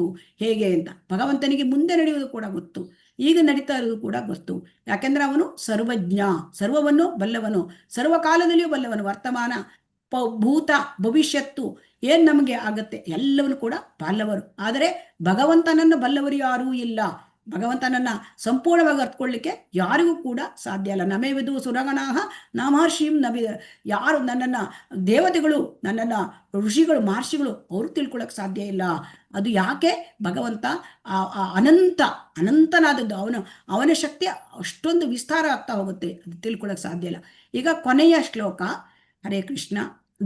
ಭ್ರಮೆಯ ದ್ವಂದ್ವಗಳಿಂದ ಹೇಗೆ ಮುಕ್ತನಾಗಬೇಕು? ಈಗ ಹರೇ ಕೃಷ್ಣ ಇದನ್ನ ನೋಡೋಣ. ಏಷಾಂ ತು ಅಂತಗತಂ ಪಾಪಂ ಜನಾನಾಂ ಪುಣ್ಯಕರ್ಮಣಾಂ ತೇ ದ್ವಂದ್ವ ಮೋಹ ನಿರ್ಮುಕ್ತ ಭಜಂತೆ ಮಾಂ ದೃಢವ್ರತಾಃ. ಯಾರು ತಮ್ಮ ಹಿಂದಿನ ಜನ್ಮದಲ್ಲಿ ಮತ್ತು ಈ ಜನ್ಮದಲ್ಲಿ ಪುಣ್ಯಕರ್ಮಗಳನ್ನು ಮಾಡಿದ್ದಾರೋ ಮತ್ತು ಯಾರ ಪಾಪ ಕಾರ್ಯಗಳು ಸಂಪೂರ್ಣವಾಗಿ ನಿರ್ಮೂಲವಾಗಿದೆಯೋ ಅವರು ಭ್ರಾಂತಿಯ ದ್ವಂದ್ವಗಳಿಂದ ಮುಕ್ತರಾಗ್ತಾರೆ. ಈಗ ಏನಾಗಿದೆ ಅಂತಂದ್ರೆ, ಈ ಅಜ್ಞಾನ ನಮಗೆ ಮಾಯೆಯಿಂದ ಅಜ್ಞಾನದಿಂದಾಗಿ ಏನಾಗಿದೆ? ನಮಗೆ ದ್ವಂದ್ವ ಅಂದ್ರೆ ಬಯಕೆ ಮತ್ತು ದ್ವೇಷ. ನಮಗೆ ಐಹಿಕ ಒಡೆತನದ ಬಯಕೆ, ಭಗವಂತನ ಮೇಲೆ ಅಸೂಯೆ. ಅದರಿಂದ ನಾವು ಭೌತಿಕ ಪ್ರಪಂಚದಲ್ಲಿ ಇದ್ದೇವೆ. ಸೊ ಈ ಇರೋದ್ರಿಂದ ಇಲ್ಲಿ ದ್ವಂದ್ವ, ಈ ಭೌತಿಕ ಪ್ರಪಂಚದಲ್ಲಿ ಇರೋದೆಲ್ಲ ದ್ವಂದ್ವ. ಏನು? ಜನ್ಮ ಮೃತ್ಯು, ಇಲ್ಲಿ ಹುಟ್ಟು ಸಾವು ಇದೆ, ಇಲ್ಲಿ ಸುಖ ಇದೆ, ಇಲ್ಲಿ ದುಃಖ ಇದೆ, ಆಮೇಲೆ ಇಲ್ಲಿ ಜಯ ಇದೆ, ಇಲ್ಲಿ ಅಪಜಯ ಇದೆ, ಶೀತ ಇದೆ, ಉಷ್ಣ ಇದೆ. ಸೊ ಎಲ್ಲ ದ್ವಂದ್ವಗಳು. ಭೌತಿಕ ಜಗತ್ತಂದ್ರೆ ದ್ವಂದ್ವ. ಒಳ್ಳೆಯದು ಇದೆ, ಕೆಟ್ಟದ್ದು ಇದೆ. ಹಾಗೆ ಇಲ್ಲಿ ಏನಾಗುತ್ತೆ ಅಂದ್ರೆ, ಹಾಗಾದ್ರೆ ಈ ದ್ವಂದ್ವದಿಂದ ಮುಂದೆ ಹೊರಗೆ ಬಂದರೆ ಮಾತ್ರ ಭಗವಂತನನ್ನ ಅರ್ಥ ಮಾಡ್ಕೊಳ್ಳಿಕ್ಕೆ ಸಾಧ್ಯ. ಹಾಗಾದ್ರೆ ಯಾಕೆ ಈ ದ್ವಂದ್ವದಿಂದ ಹೊರಗೆ ಬರೋದು ಅಂತಂದ್ರೆ, ಯಾರು ಪೂರ್ವ ಜನ್ಮದಲ್ಲಿ ಪುಣ್ಯ ಮಾಡಿದ್ದಾರೆ, ಯಾವ ಪುಣ್ಯ? ಭಕ್ತಿ ಪುಣ್ಯ. ಆಮೇಲೆ ಈ ಜನ್ಮದಲ್ಲಿ ಯಾರು ಪುಣ್ಯ ಮಾಡಿದ್ದಾರೆ, ಸೊ ಪುಣ್ಯ ಕಾರ್ಯಗಳ ಯಾರ ಹತ್ರ ಸಂಚಿತವಾಗಿದೆ, ಯಾರ ಪಾಪ ಕಾರ್ಯಗಳು ಸಂಪೂರ್ಣವಾಗಿ ನಿರ್ಮೂಲ ಆಗಿದೆ, ಪಾಪ ಕಾರ್ಯಗಳು ನಿರ್ಮೂಲ ಆಗಬೇಕು. ಸೊ ಅವರು ಈ ಭ್ರಾಂತಿ, ಈ ಒಂದು ಇಲ್ಯೂಷನ್, ಈ ಮಾಯೆಯಿಂದ ಬಿಡುಗಡೆ ಆಗ್ತಾರೆ. ದ್ವಂದ್ವ.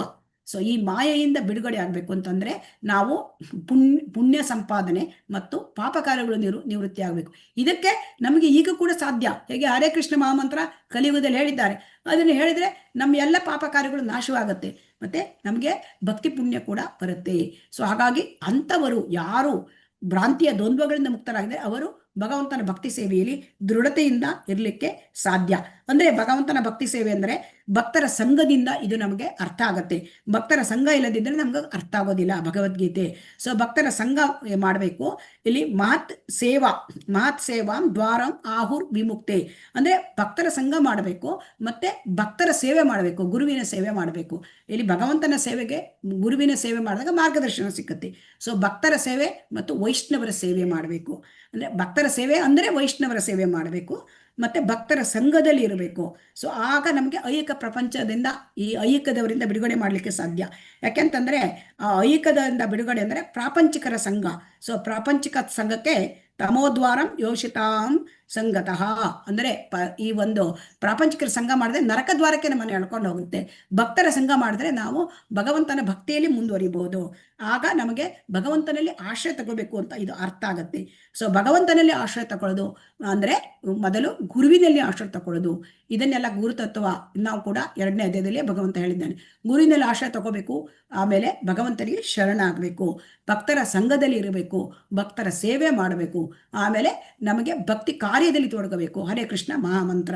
ಸೊ ಇದನ್ನೆಲ್ಲ ನಾವು ಹೇಳಿದ್ದಾರೆ. ಜರ ಮರಣ ಮೋಕ್ಷಾಯ ಮಾಮಾಶ್ರಿತ್ಯಾಯ ತಂತಿಯೇ ತೇ ಬ್ರಹ್ಮ ತದ್ವಿದು ಕೃಷ್ಣಂ ಅಧ್ಯಾತ್ಮಂ ಕರ್ಮ ಚಾಕಿಲಂ.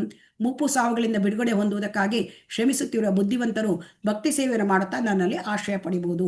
ಸೊ ಯಾರಿಗೆ ಈ ಹುಟ್ಟು ಸಾವು ಈ ಚಕ್ರ ಬೇಡ, ಅವರು ಭಗವಂತನಲ್ಲಿ ಏನು ಮಾಡ್ತಾರೆ, ಆಶ್ರಯ ತಗೊಳ್ತಾರೆ, ಭಕ್ತಿ ಸೇವೆಯಲ್ಲಿ ತೊಡಗುತ್ತಾರೆ. ಸೊ ಸಾಧಿಭೂತಾದಿ ದೈವಂ ಮಾಂ ಸಾಧಿ ಯಜ್ಞಂ ಚ ಯೇ ವಿದು ಪ್ರಯಾಣ ಕಾಲೇಪಿ ಚ ಮಾಂ ತೇ ವಿದುರ್ಯುಕ್ತ ಚೇತಸಃ.